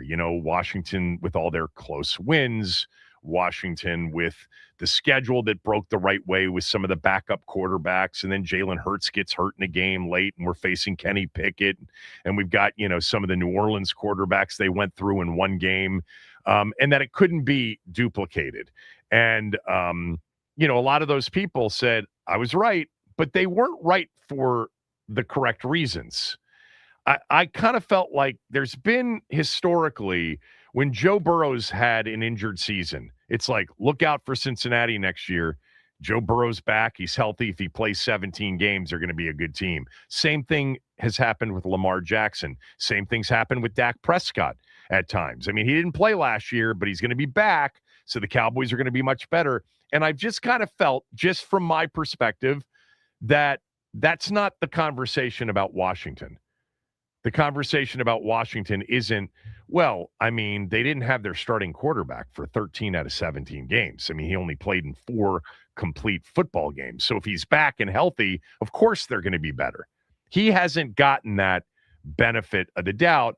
And more importantly, not that I think he deserves it like Burrow does or Jackson does or Mahomes does right now or Prescott. They had more years, even though 2024 was obviously super special, a super special year and an outlier year for a rookie. Like no rookie season ever matched that. But I just felt like, man, why do people keep missing the single biggest reason that Jaden's numbers don't look the way they did in 2024 or the team's win total doesn't look like it did in 2024? Did they miss the fact that he barely played football, in 2024? So I got a bunch of feedback. This from where is the one that I wanted to read? From Anthony. It's a lot of disingenuous people painting their own narrative about JD5, acting like 24 was a fluke or something. He's done more in that first season than anyone else in modern football. Somebody else basically said this is all about the PTSD with Snyder. They're never going to think of our team in the same way that they think of other teams. I don't know if that's true or not, but I do think it's interesting that that's not part of the discussion in previewing our football team for the upcoming season. Anyway, do we have Grant yet? Okay, good. What is that you're playing? We're nuts about the Nats, Kevin. Okay. Grant Paulson's joining us right now, of course. Co-host of the Grant and Danny Show, 2 to 6:30 every day on our sister station, 106.7 The Fan. I said earlier in the show, and we know each other, and we've known each other for a long time, and I'm not the biggest baseball guy, but I actually really love and used to love baseball. And during that stretch of 2012 through 2019, I think there was a lot of excitement around opening day, but it doesn't feel like an opening day to me. And I know the game's not at home, it's at Wrigley, but it doesn't feel like that for our town, where it does, I think, in a lot of baseball cities. Do you agree or not? I agree. I think the primary reason, Kev, is that it's not the home opener, which is kind of the big celebration. You'll be talking to people headed to the ballpark. You'll be seeing some of the different businesses in town, having different events and activations. But I think what you're getting at, too, is it's been a long time since this team was a winner, right? mean, you mentioned 2019, the World Series. Since the following year, the pandemic year, when we were robbed in 2020 of the unfurling of the banner and the ring ceremony and the chance to go celebrate at Nationals Park, which was a real kick to the shins, this team hasn't had a winning season. And now you've got a new president, a new general manager who are coming in. And I love this group, and I think their analytical focus is long overdue, and it's going to be a success. But they're setting themselves up for a really good run from like 28 to 38. So you're asking for some buy-in from people who have been patient, and now you're resetting and telling them to be more patient. And baseball is one of those sports where it's 6 months, it's every single day. And if you already know going in, you're unlikely to be a competitive team each day that's going to make the playoffs, the juices before the season are going to be maybe watered down a little bit. I think that's what you're feeling. So your optimism about Taboni and, the new group that they have in their front office, is it quelled at all by ownership, by the fact that the learners have, tried to pinch every single penny out of this franchise and tried to avoid losing money more than making money? We used to feel that way about Snyder. Do you feel that way about the learners? I do. Yeah, it certainly is. You wonder what the ceiling is in terms of sustainable success without more opt-in from this ownership group, which is possible. We have seen them invest and try, and it worked, by the way, when they won a World Series with Max Scherzer, who had gotten a $200 million contract on the mound, and Strasburg, who they paid a couple times over at the top of the market, the World Series MVP. And they brought in veterans like Jason Worth for $126 million. They've done this before. So you wonder, will they get back to that or not? But here's why I'm excited. This pathway is the only way to win when you're not spending. So to continue to do it the old way, you need to play a little checkbook baseball, which they have stopped doing. There are teams around the sport, the Tampa Bay Rays, the Cleveland Guardians, the Milwaukee Brewers, among them, that routinely win and are in the mix year in and year out and can compete for World Series titles without spending a lot of money. And so that's where my optimism comes from, is worst case scenario, this ownership group is here for an extended period of time not spending. I still think you can get back to being a 90-plus win team year in and year out this way. I don't think you could have done it the old way. But my hope is, frankly, that after the work stoppage, which is the fly in the ointment for selling this team, it's inevitable and it's looming. It's going to happen start of next baseball season. Right now, next year, there will not be an opening day, almost certainly. I think this group may sell on the other side of that work stoppage. I don't think you can sell. It would be like trying to sell a house someone can't live in for an extended period of time, right?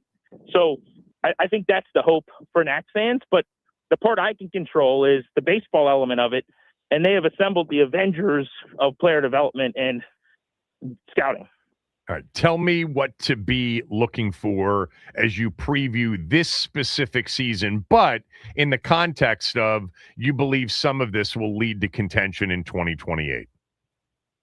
Yeah, it's the development of good young talent. So James Wood last year in the first half of the season played like an MVP and was an all-star. Completely fell off in the second half. Fatigued, possibly not 100% healthy, but also swing out of whack. Struck out 200 times, and they didn't have an answer for him. The coaching staff couldn't fix him.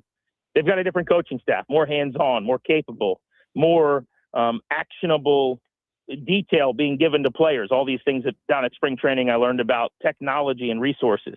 Can they get him right? One of the things I'll tell you is like they have this new traject machine where he could take ABs off of the player he's facing in a game based on, just punching in numbers.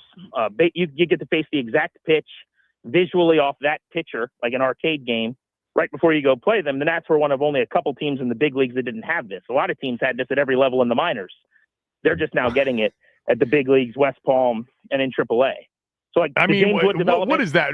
Let me interrupt right there because Tommy was telling me about this traject arc, these things that essentially 25 teams have had until the Nats finally got their first stew. And what do they cost? Like $250,000 a piece? I heard upwards of like $500,000, but maybe it's a little less. Yeah. Okay. So why didn't they have it before? Wasn't Rizzo screaming for it? That's the question. I know for a fact they wanted them. I had heard that Mark Shalaba, the assistant GM, with Alex Call and a couple of more active players who knew about these, had gone in toward facilities and looked at them at other places, and then they put them in the budget, and they'd get crossed out every single year.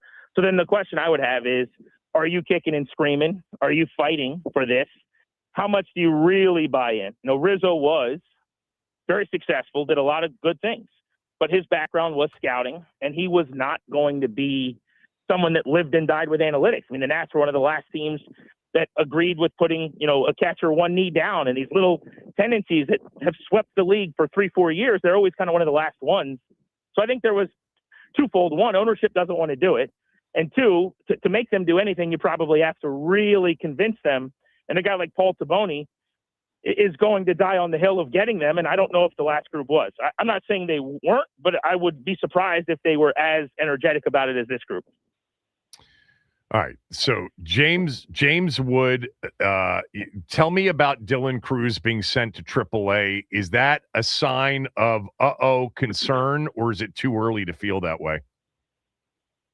So pretty shocking that he got sent down first and foremost. Not undeserved necessarily, Kev, but shocking in my opinion, because it's just something that wouldn't have happened here in the past. It is indicative of where he was offensively in spring. He is a career 210 or so hitter at this point, closing in on what is effectively like a full big league season over 2 campaigns. And they need to fix the swing. He has never hit spin. He has struggled with off speed. 2 years ago, he crushed fastballs at a 299 clip. Last season, he wasn't on time for fastballs either. There was a regression there. There's some feeling organizationally maybe that he was not making the adjustments in the past that were being advocated for. And I understand that if you're the number 2 pick, a can't miss player, best player in college, get on base in all 51 games at LSU in your final year, those types of things. Also, maybe your relationship with that coaching staff wasn't as good. So I think what they're going to try to do is revamp and retool the swing a little bit. And it's so much easier to do that in the anonymity of the minor league, so to speak, than night in and night out, people watching the results and the Wolves being at the door, because 3 weeks into the season, you're hitting 200 again. So I like the idea of setting him down. I'm just shocked that they had the stones to do it as they're building their relationship with him. But on Cruz, I would say, if I could maybe try to be succinct on his long term, if he is exactly what he is right now, he's still a good, helpful, winning ball player because he's a great base runner, terrific defender. You can put him in center, premium defensive position. And if he hits 220 or so with a little bit of power and steals some bases, that's fine. It's just disappointing at number 2 overall. He needs to hit more to basically make that number 2 pick look better. But if he can hit adequately, he could be a star because the rest of his game, he's already proven to be well above average. So they're trying to turn him into the best version of himself. Go back to 2023 and just tell me the answer to this. I think I know it, but if the Nats had the first pick, they would have picked Skeens, right? Definitely. Yeah, I think they would have. Okay. They were so pitching dominant. I think they loved Skeens. They were happy to take Cruz, but I think more interestingly, let's just say, somebody else went 1 and they chose between the 2, like you're saying. I think Skeens is the pick. Specific to the team this year, what do you think a strength is if they have one? And then where are the biggest areas of concern? I mean, unless you're talking about like youth and energy, I don't know what the strength would be right now, if I'm being completely honest. Last year, analytically, they hit the ball harder than most teams. They were in the top 10 all year, top 5 for much of the year in terms of how hard they hit the ball, which is actually important. They just hit the ball on the ground at the highest rate. So it's a lot of ground balls and basically what the team across from you wants you to do. They did drills at spring training to try to lift the baseball. These drills where they're trying to be in a certain angle in terms of degrees of launch angle for more line drives. So I would say I think they can hit the ball hard. I think they've got bat-to-ball skill with guys like Dalen Lyle, who's another young player who was excellent last year, was the NL Player of the Month, not Rookie of the Month, but Player of the Month in September. So that would be maybe the strength of this thing would be that they do have that's a core, man. CJ Abrams as an infielder, James Wood in the outfield, Dalen Lyle in the outfield. When you get Dylan Cruz back, Brady House is a former top 15 pick, just hit 400 in spring for much of camp. That's an exciting collection of bats to monitor and try to mold that clay. I would say the weaknesses are I worry about them defensively, and their bullpen is a complete unknown. They're probably going to run through 2 different relievers before every couple of homestands, I think. I mean, they're just going to have an assembly line from the minors to the majors. Real quickly on C.J. Abrams, right now, as we sit here on March 26th, before they play their first of 162, isn't he, in your mind, a major candidate to get moved by the trade deadline? Definitely. Yeah. I've said all offseason I thought he'd be traded before the deadline. There is this weird momentum right now that he's not going to get traded, and I kind of wonder where that's coming from. There's a couple pieces written. Spencer Nussbaum of The Athletic talked to Mark Zuckerman, your guy, yesterday. He kind of said it was 50-50 in his mind on the air whether he gets traded. So it seems like the pendulum swung backwards a little bit, but I think the reason they keep him at shortstop, a defensive position where he has struggled, rather than moving him to second where he would play a little more effectively probably, is because you want his value as high as possible as a trade candidate. And he's gotten off to some fast starts. There are months where he plays like an MVP. If you go back to last year, he had 2 months where he was a top 10 player. A couple years ago, I think it was April and June when he made the All-Star team, he was incredible. So if he has that kind of first half, I think you could get a really nice return for him. And if you're willing to trade Mackenzie Gore, 2 years of control, ace of your staff, all-star lefty, I don't know why you wouldn't be willing to trade C.J. Abrams for the same reasons of like his timeline not linking up with the teams. All right. Talking to Grant Paulson. So tell me about Cade Cavalli and what the reasonable expectation for him this year should be. I'm so excited about Cade Cavalli. The stuff is filthy, Kevin, and he's just getting better and better and better. The knock's always been kind of durability and health with him. So he was a first-round pick out of Oklahoma, ends up getting to the big leagues fairly quickly, makes one start, has TJ. Took him forever to get back to the show, and then he was touching 100 in his first outing back last year, and everyone's going, whoa, we forgot about this guy. He looked like a number one starter this spring. He threw 14 innings. He allowed only 4 hits. I think realistically, they've got to be careful with the workload, clearly. He can go out on a day like today against the Cubs or any given 5 days and give you 6 competitive, potentially dominant innings. I think that's kind of the frontline caliber starter that he is. That's not going to happen every 5 days because, that's what a true number one is. He's not there yet in his development. There's going to be some inconsistencies to iron out. But I would fully anticipate, he could have a sub-4 ERA, to possibly strike out a batter per inning. The types of stuff you see from fringe all-stars like Mackenzie Gore was here. I think that type of production is very, very much on the table. All right. How many wins? I'm going to say 65 wins. I think they avoid 100 losses. Right at the number. Right at the number, yeah. If I'm going to go over under, what is it right now? 66.5 I think it's 65.5. I think that's what I saw. Okay. So I guess I would go a hair under that. But here's what I care about. Does Dalen Lyle look like he did last year? Does he look like a franchise piece in the outfield? Does James Wood look like the second half of last season was a bit of a mirage and play at that upper echelon level? And then can they get one of the other bats to come on in a big way? Ideally, Brady House. Maybe it's Dylan Cruz. But at the end of this year, do they have 3 legitimate offensive building blocks? If that's the case and Cavalli's nails, they're actually in a pretty decent spot here in this process moving forward.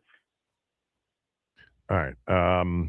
Because this is what most of the audience cares about. Just tell me what you and Danny have been talking about in terms of who you both would prefer at number 7 1 month from tonight. I don't think they can go wrong, if I'm being honest with you. I think this is going to be a home run draft pick regardless. My best case scenario, seemingly less likely than a month ago, is Sonny Styles. I think his versatility defensively, the ability to come downhill for Durante Jones, I lick my lips thinking about that. One of the edges falling into their lap would be worth doing a cartwheel about, namely David Bailey, who I like a little more than Arvel Reese. But the other guys I'm fine with, right? I love Jeremiah Love's game. A lot of people would say don't take the running back at 7. I think he could be Jahmyr Gibbs, and if that's the case, I don't care where you take him. So I'm not going to be upset about that. I would be disappointed maybe in Ruben Bain, but I still think he's a good football player. No problems. Caleb Downs, I could get behind, absolutely. I think he's one of the best players in the draft. I personally think they don't go that route, but I wouldn't be disappointed. And Carnell Tate is such a massive position of need. Logan, who I do take command with, as you know, thinks he could be T. Higgins. You bring in a wide receiver, I perceive this to be Terry's final year maybe, who could help replace him moving forward. I'm pretty excited about that. So I like all of those. T. Higgins is Logan's comp for Carnell Tate. He thinks that's like the apex of what he could become. Yeah, interesting. Yeah, there's a lot of stylistic similarities for sure. I hadn't heard that. I really liked it. Yeah, me too. My favorite thing would be Sonny Styles, and then my sneaky man crush, this is fun thing would be Jeremiah Love. Thanks for doing this. Talk to you soon. Of course, buddy. Good catching up.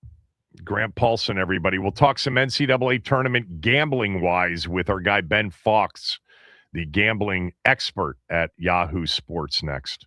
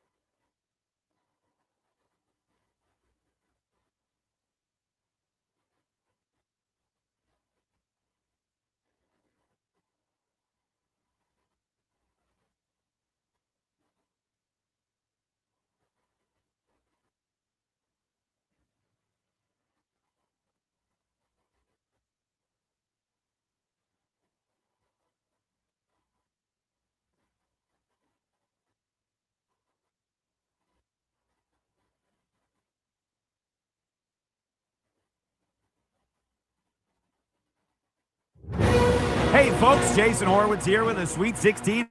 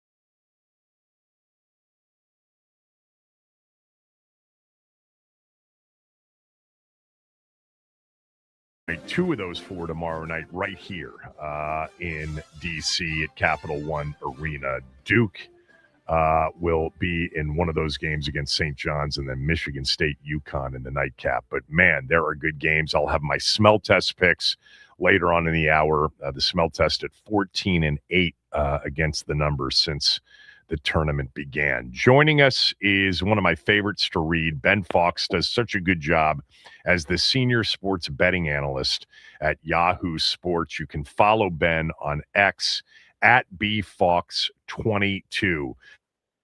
Ben joins us right now. Before we get to the Sweet 16, I just noticed something, and I'm wondering if it's unique. The Major League Baseball odds, I've got a consensus number in front of me right now. The World Series odds, the Dodgers are 2-1 plus 200, and next after the Dodgers are the Yankees at plus 1,000.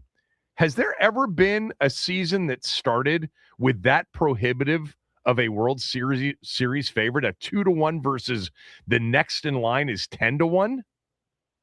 I think you're giving me assignments here, Kevin. This is something I got to look into. Well, what's your hunch?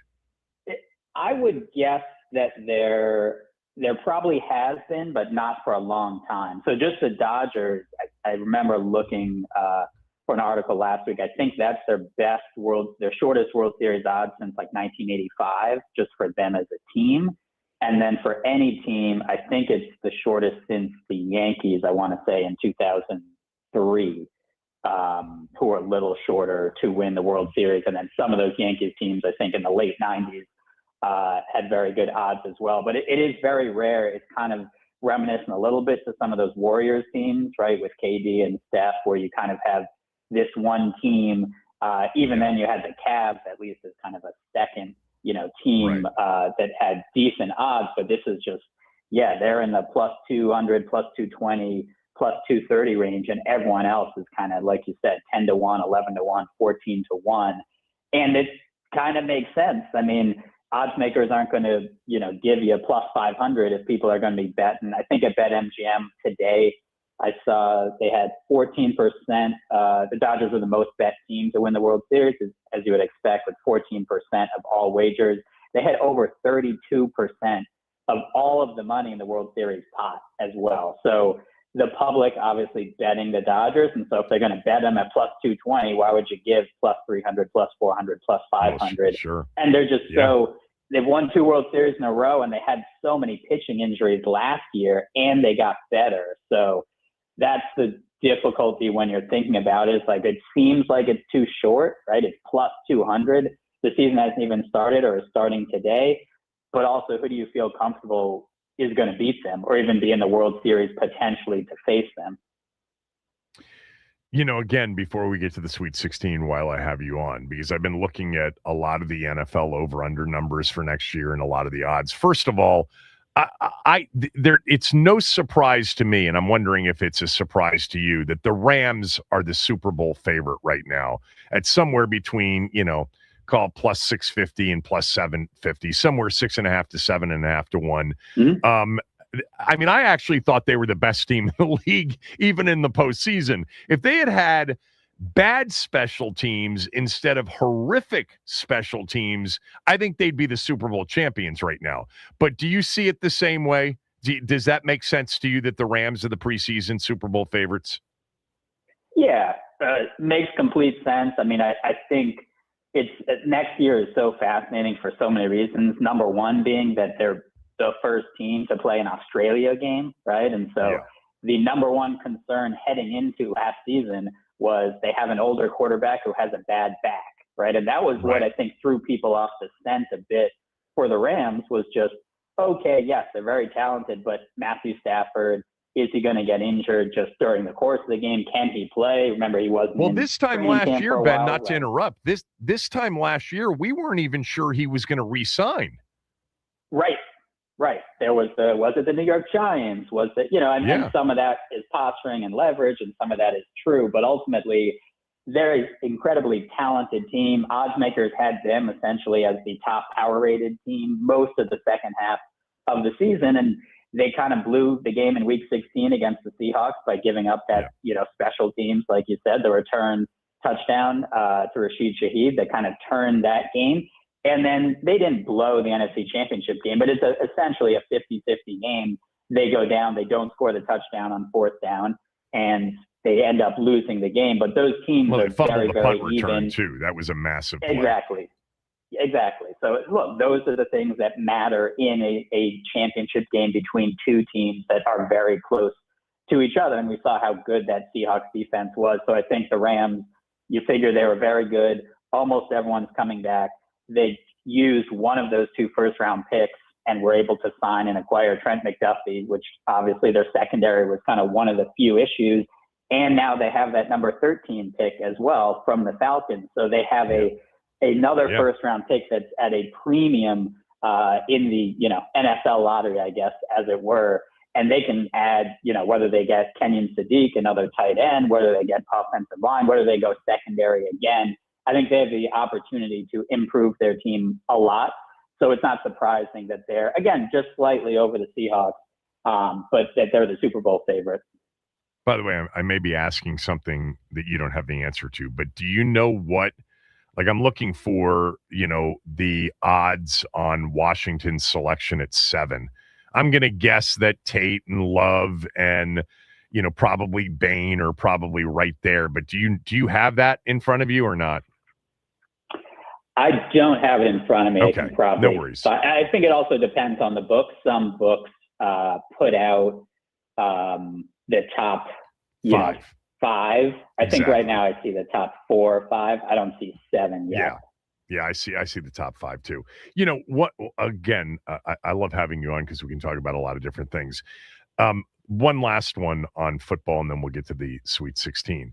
So I've kind of been a little bit, I may be hypersensitive to this as a Washington fan and as a big Jaden Daniels fan, but I think you'll understand where I'm coming from.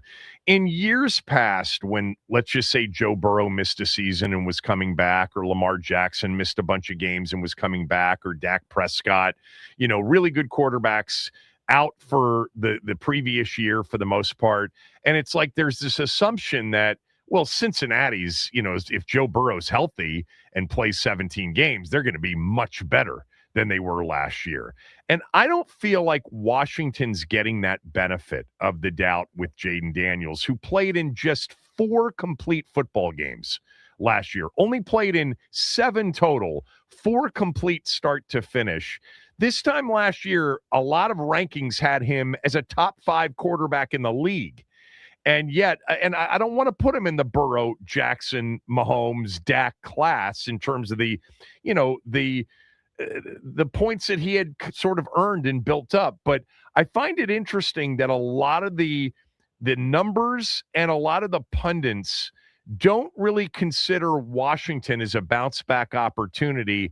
And yet the reason they were 5-12 is he barely played last year.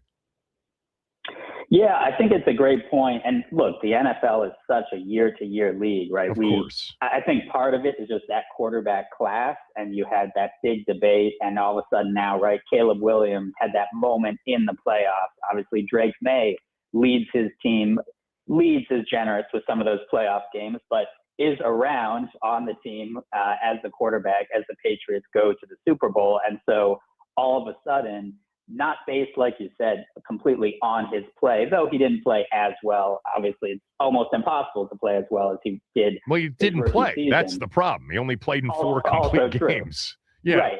And when he was out there, nobody else was out there with him.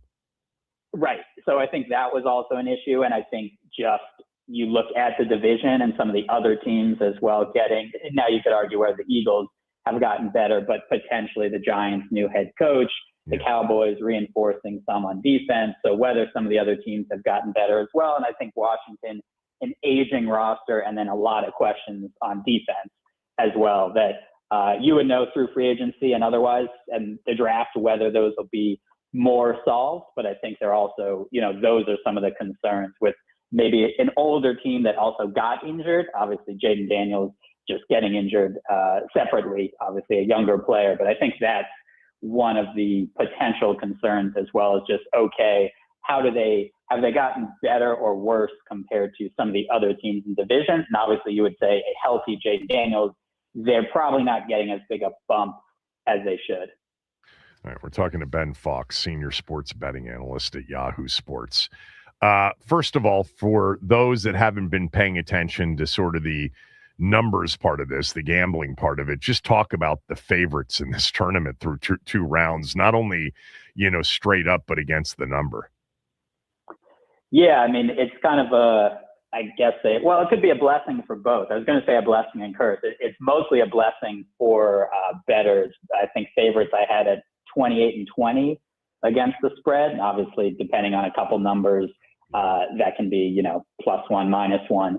But basically 28-20. And then we saw last Friday something we hadn't seen since 1992, and that was every single favorite win their game in the first round, 16-0 on Friday. And so in March Madness, it's funny because for the most part, right, you think the public likes to bet favorites, and they do, and they tend to stack some of those money lines together. But March Madness, they also like to bet the underdogs, right? Yeah.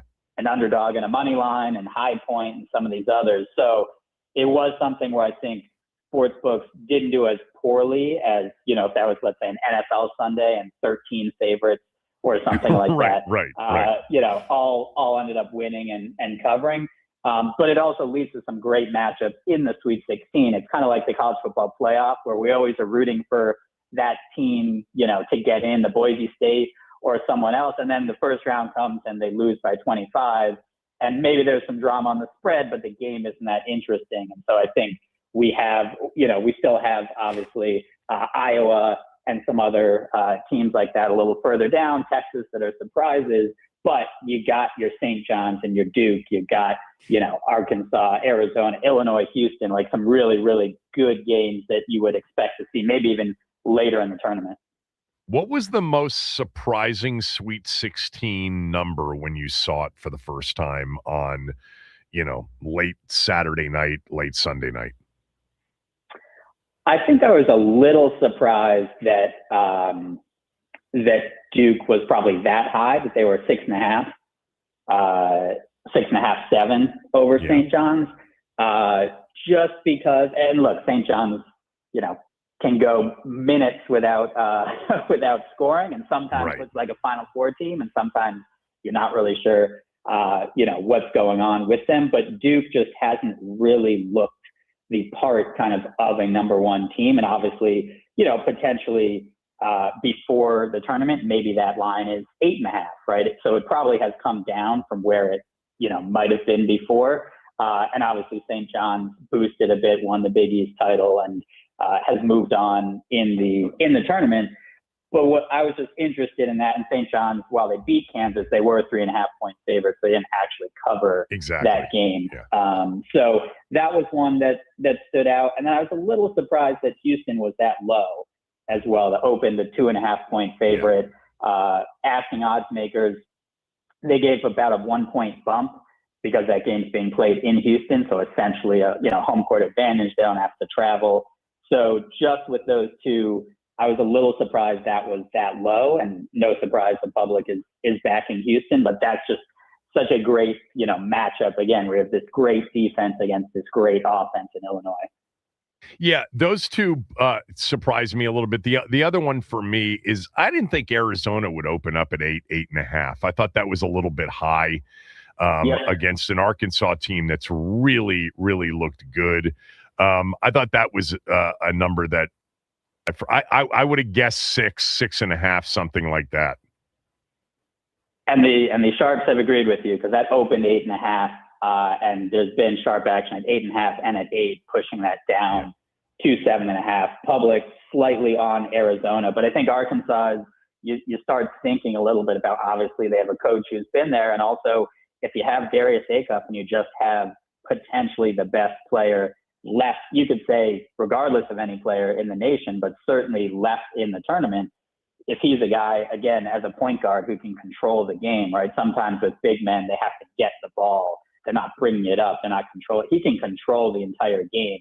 He's like a quarterback, right? He's touching the ball every single play. He might just be that good, and we might look back and say, wow, how were they getting 7.5 points if they go on to potentially beat Arizona, who is very deep and a good team, but just sometimes, again, leaves you wanting a little more too. Yeah, for sure. All right, so of these Sweet 16 games, tell me the sides from what you've gathered, and you do a good job of this, of where the books will have a need. You know, who are the books going to be rooting for, whether it's a side or a total in these, next 8 games? So I think one of the games tonight, certainly they will definitely be rooting for Texas. So Texas to probably to cover, not necessarily to win, although it does depend certainly on the book. BetMGM has the biggest bet that I've heard, which is a $100,000 bet on Purdue to make the Final Four that was placed before the tournament at 6-1 odds. So that's a big landmine, certainly, that they would, like to avoid. Obviously, sometimes sports books will be happy to take the short-term hit for the game to avoid a longer-term hit with a big bet like that. But the public, Purdue's the most bet side at BetMGM of all the games. It's obviously, one of the games today, but 65% of the bets, 80% of the handle on Purdue at that -7.5. So that Texas is certainly one that they'll be looking at. And then I think the books will also be rooting for some of the unders. There's been a lot of action on several of those overs. So that's something to keep in mind. But I think those are the biggest. A lot of tonight as well, they'll probably be rooting for Iowa. Seems like Nebraska is the more popular choice, 70% of the bet, 75% of the handle. So I think those are probably two. The public also on Houston. So as of right now, they'll be rooting for Illinois. Those are kind of the ones. And Illinois, Illinois probably to win outright. Is there a lot of exposure for Houston to win this whole thing or not? Yeah, there's definitely some. There's a $50,000 bet at BetMGM at I think 9-1. That was from before the tournament, and they're definitely a team now that has started. People have bet on as well throughout the tournament, just because now you look, hey, if they get past Illinois, instead of having Florida waiting there, you have Iowa or Nebraska, or potentially down the line a Duke team that hasn't looked as good as you might have thought before the tournament. So that road has gotten a lot easier, not to mention, obviously, they play their next, potentially 2 games in Houston. So that's, another advantage that they have, and they have experience, right? They've been there last year, much like the Spurs, right? That season they lost to the Heat. You're not necessarily saying Houston's on that same kind of vengeance tour, but they were right there, and some of those players know what that's. Obviously, Kelvin Sampson knows what that feels like. They have a very good team, and I think they'll be right there. They were my pick to win it all. We'll see if that comes to fruition, but they seem like obviously their path has gotten a little easier if they can get by Illinois, who's a very good team. Was there a first 2-round result that really hurt the books more than any other, and one that really helped them more than any other? I would say, one that certainly helped was Siena. Both Siena and Howard, the 16 seeds covering against the 1 seeds, because that's always going to help. I think that a decent amount of people were on High Point to beat Wisconsin. So I think that was one, and that had been pushed down. I want to say that opened around Wisconsin 12.5, and got down to like 9 or 10. So there were people betting High Point to cover and then betting on them as well. I think those were a couple. I'm just looking over the bracket quickly. I know it feels like so long since those. Some of the big favorites. Go ahead. Sorry. Go ahead, I was going to say some of the big favorites, like Alabama. It looked like there was a lot of Hofstra action because of the injury. Because of the suspension of the player. That one, in the first round, in that game was on Friday, I think. That had to be a good result, right? Yeah, and I think some of the favorites as well. It's rare, right? Usually you see a bigger spread. The sharps taking some of that, taking the underdog and pushing it down, and some of these, like an Iowa State, Tennessee, or Houston, Idaho, even UConn. I know Gonzaga, that was pushed up as well. Right. And so some of those teams, like a Houston, who covered in that first round, that wasn't as good for the books because there's always going to be public money on the favorites, and then obviously those money line parlays as well. But even just the spread, those were some. Illinois as well, that was pushed up. What were they, 24, 25-point favorite over Penn and covered. So those were a couple where when you have those favorites not only winning but covering, and then a bunch of them in a row, that can add up. All right, I got two more for you. One basketball, and then one back to football. So we have, a home court situation, a home, city situation with Houston playing Illinois tonight, and then potentially an Elite Eight game against Purdue on Saturday. And then the Final Fours in Indianapolis. If Purdue advanced, they'd certainly have some benefit. But my question to you is, from an odds standpoint, because of the corporate nature when we get to this point in the tournament, the kind of crowds that show up for these regionals, and then of course for the Final Four, what kind of benefit is given to Houston point spread wise, or would be to Purdue in the Final Four as a home venue? I mean, the Nebraska situation was legitimate, against against Vandy. Like, that was a great Nebraska crowd in Oklahoma City. But how do they view that, especially when we get to this stage where it tends to be, at least in the best seats, a lot of high-priced, corporate kind of crowds? Yeah, I mean, I would say, so the best seats, obviously, even if people are priced out, ultimately it's going to be who's the loudest and how many fans there are, right? So we saw that with Nebraska. I mean, that was a a Red Sea. That was awesome to watch. I mean, their fans are awesome. incredible and you could for hear everything. It. Yeah. So I think for that, I mean, talking to Oddsmaker, he had given it about a point for that difference between Illinois and Houston. He would have opened that up maybe Houston -1.5 instead of -2.5 if it was at a true kind of neutral court. And I think it's also just important to remember, like, we sometimes forget, these are still college kids, and momentum is real. And all of a sudden, if it's kind of an away game, the team's going on a run, and now the crowd is into it as well, that definitely has an impact. So I think that we'll see that. I think it'll be a little less potentially. But it'd probably be about the same for Purdue, maybe half a point, if they get that far. And also, to your point, I think the further you go, the potentially, fewer seats available for the quote unquote true fans, right? Versus corporate, like we see in the Super Bowl. So it's not necessarily a, conference championship game versus Super Bowl, but I do think in those regionals, you're going to have a lot more fans versus the Final Four, and the championship game, you're probably going to have, a little more of that, not necessarily a neutral court, but not as big a home court advantage with as many fans there. All right. Let's just look ahead to the draft real quickly. And I just want to ask you, like, do you have a gut feel on what Washington will do at 7? Not from a gambling standpoint, but you're a fan of this thing. What do you think they'll do at 7? Because that's been a big discussion point of who might be available and what they may do. Yeah, man. It's okay if you don't. First of all, I'm just excited the draft is so close. Yeah. I think it really just, one, it depends on how much you value Jeremiah Love, right? I think he is kind of the inflection point for a lot of that top 5. If you assume, as we do and the betting markets do, that Fernando Mendoza is going number 1, and then the Jets probably are taking defense in some capacity, whether that's David Bailey or Arvell Reese from Ohio State at 2, and the Cardinals are probably offensive line or defense. I think Tennessee is Jeremiah Love. Does he go there? I've seen Caleb Downs high. I've seen Monroe Freeling, to the Browns.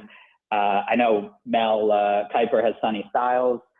It's always tough to take, I think, a linebacker at 7. But ultimately, I think it's going to be how much are you really trying to bolster that offense, right, and have a, let's say, Jeremiah Love, a Carnell Tate, or is it, hey, there's a defensive piece here, whether that's Ruben Bain, Sonny Styles, or, Caleb Downs, who everyone agrees is an unbelievable football player, just, again, a safety, which has kind of less value in the top 10. It's very rare to see that. So ultimately, it's just going to be, do they want to, if you really value Jeremiah Love that much, and obviously they have some questions at running back, you can just imagine defenses trying to prepare for a read option with Jeremiah Love and Jaden Daniels. So that to me is makes a lot of sense. I feel like that was the hot pick in mock drafts, and it's kind of gone away from that a bit as, people have mocked Jeremiah Love as high as 4 to the Titans, maybe 5 to the Giants. But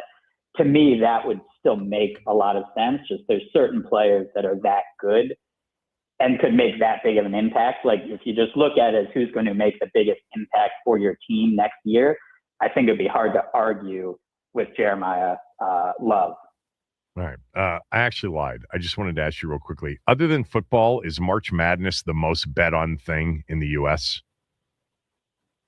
Yeah. So just for comparison, I think the AGA, American Gaming Association, estimated men's and women's, it was over $3 billion for March Madness. And the Super Bowl was estimated, I want to say, at 1.6, 1.7. So obviously a lot more games with March Madness. Yeah, and right. Women's tournament too, and it's over a longer period of time. But yeah, there's certainly plenty of money wagered, and that's not even putting in all the office pools and everything else that's out there. All right. Enjoy the rest of March. Thanks for doing this. Hope you're well. Thanks, Ben. Anytime. Ben Fox, everybody, at bfox22 on X. He is the senior sports betting analyst at Yahoo Sports. I'll have my smell test Sweet 16 picks at about 12:45. Coming up next, do want to go back to something about the draft that I don't think everybody knows. That's next.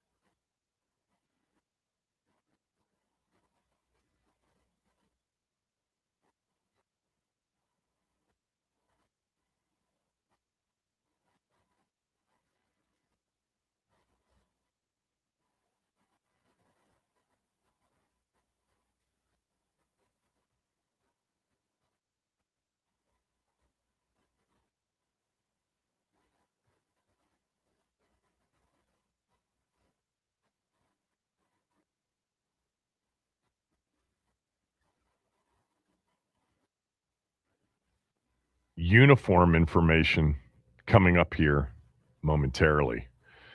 And maybe really good news for 2025. I'll have my smell test picks to finish up the show in about 10 minutes. So Mansour Delane, the corner for LSU, ran 4.3 on his LSU Pro Day the other day.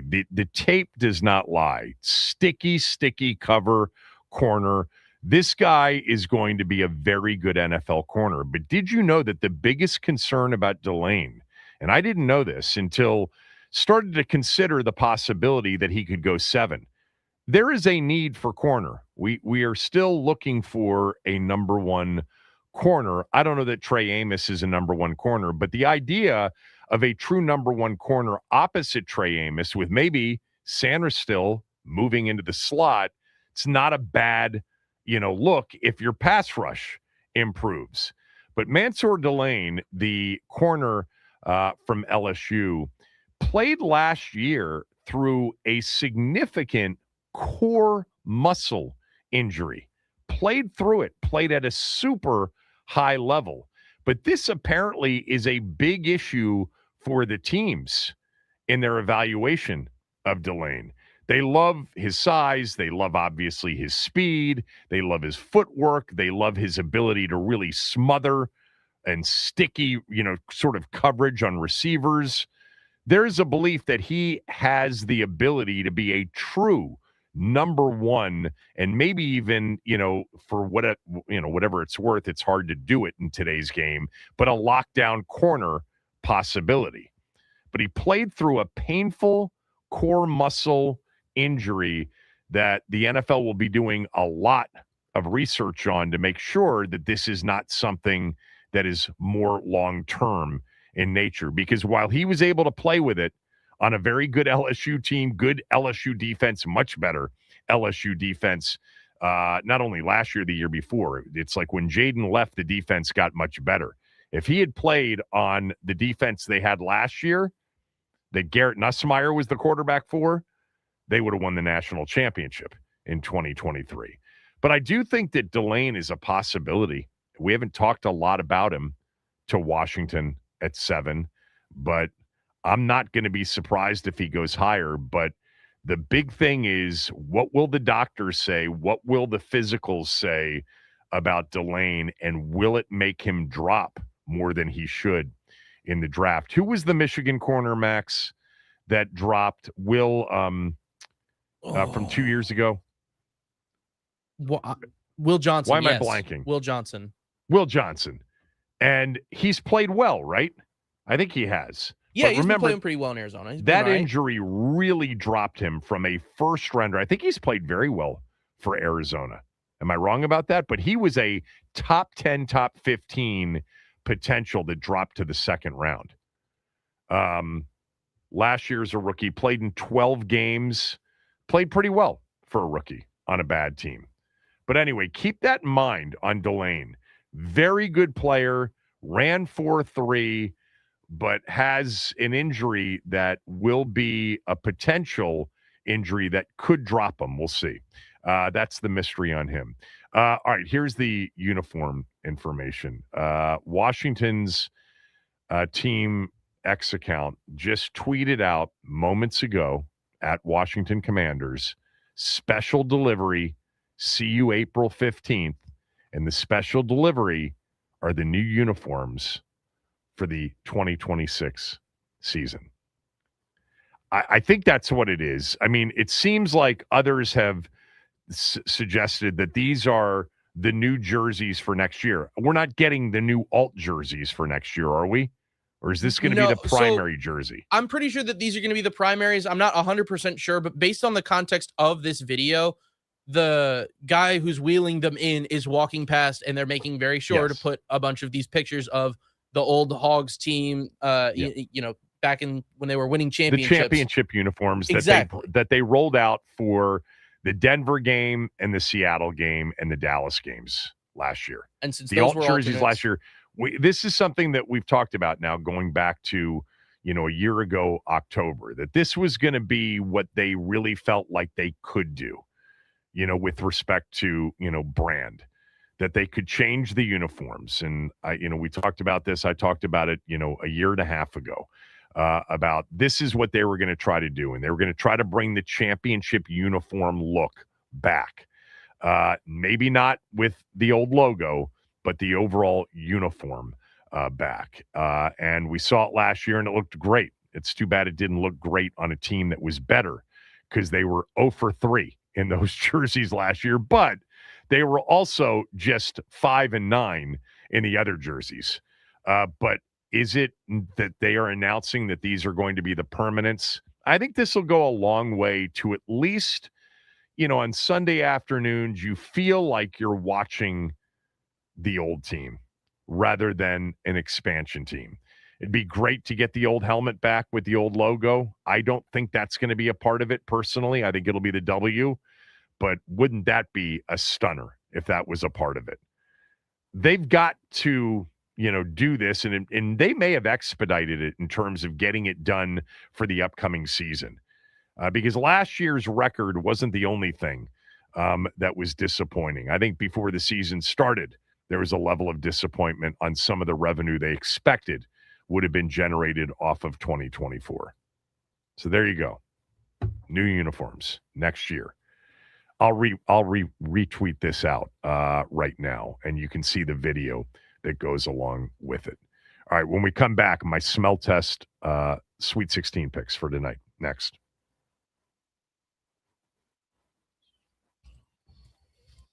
All right. Well, we start off with the Washington Commanders. They have a new uniform coming out on April 15th, so stay tuned for that. Plus, they are also hosting former Rams cornerback Ahkello Witherspoon for a free agent visit today, hoping to add more depth into the secondary after an injury-plagued season last year. Plus, Will Wade is leaving NC State basketball for a return to the LSU Tigers. Plus, it's happening. It's opening day, folks. Nats baseball on tap as they take on the Chicago Cubs from Wrigley Field. Cade Cavalli set to take the mound for the Nats. First, Chicago's Matthew Boyd. Pregame gets rolling over on the Fan at 1:50, and first pitch slated for 2:20 p.m. This update is sponsored by the Team 980 YouTube page. Just open the app, type of the Team 980, and hit subscribe. Kevin Sheehan is live every day from 10 to 1, and you can catch programs like Take Command all off season. Don't forget to hit the like button whenever you do decide to join us, and turn on notifications to stay up to date on all things DC sports. And that is what's trending.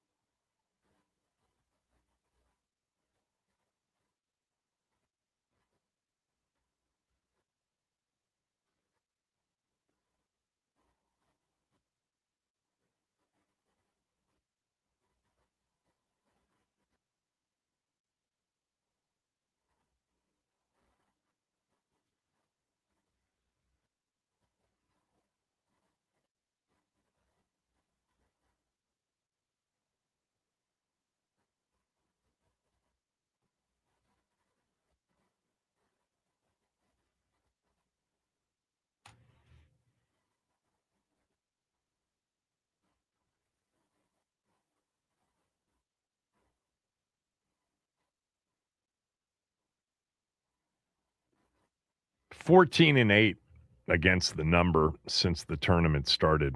Kicked off with Howard +1 against Umbuck. That's what we College Parkers used to refer to UMBC as, Umbuck.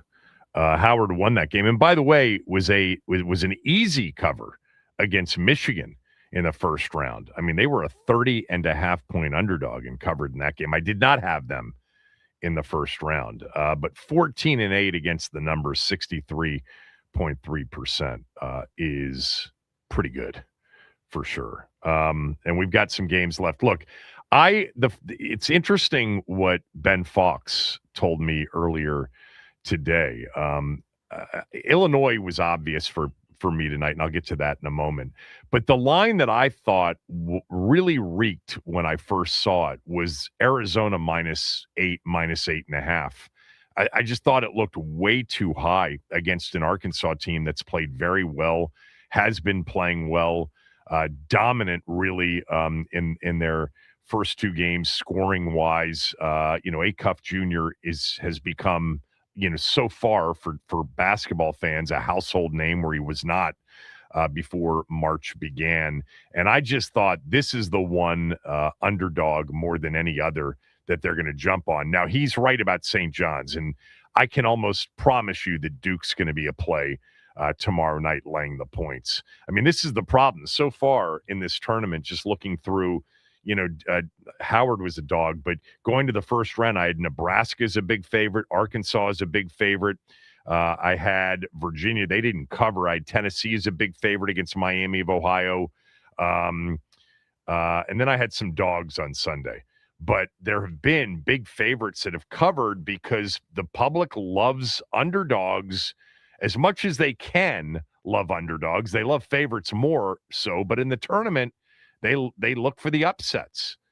And Arkansas, from the information I have, is a big public play. Now, the sharp action is somewhat split, but to me, this one was the one that jumped out. So I'm laying right now, I see some 7.5s out there. So the first play is Arizona laying the 7.5 tonight against Arkansas. Arizona got beat up a little bit by Utah State in that second round game. That game was, a big margin at halftime early in the second half, and Utah State, Calhoun, that guy can coach. He's going to Cincinnati. But they had the ball down 4 at one point late in the game, and they did not get it done. They were getting 11.5, and they lost by 12. I think Arizona wins big tonight against Arkansas, even though I'm going to be rooting for Acuff Jr. to look really good. But that's play number one. Play number two is Illinois plus the points. And if we had done this yesterday or the day before, I'd be able to give out, 3.5. This number's 2.5 everywhere. I don't even see a 3 out there.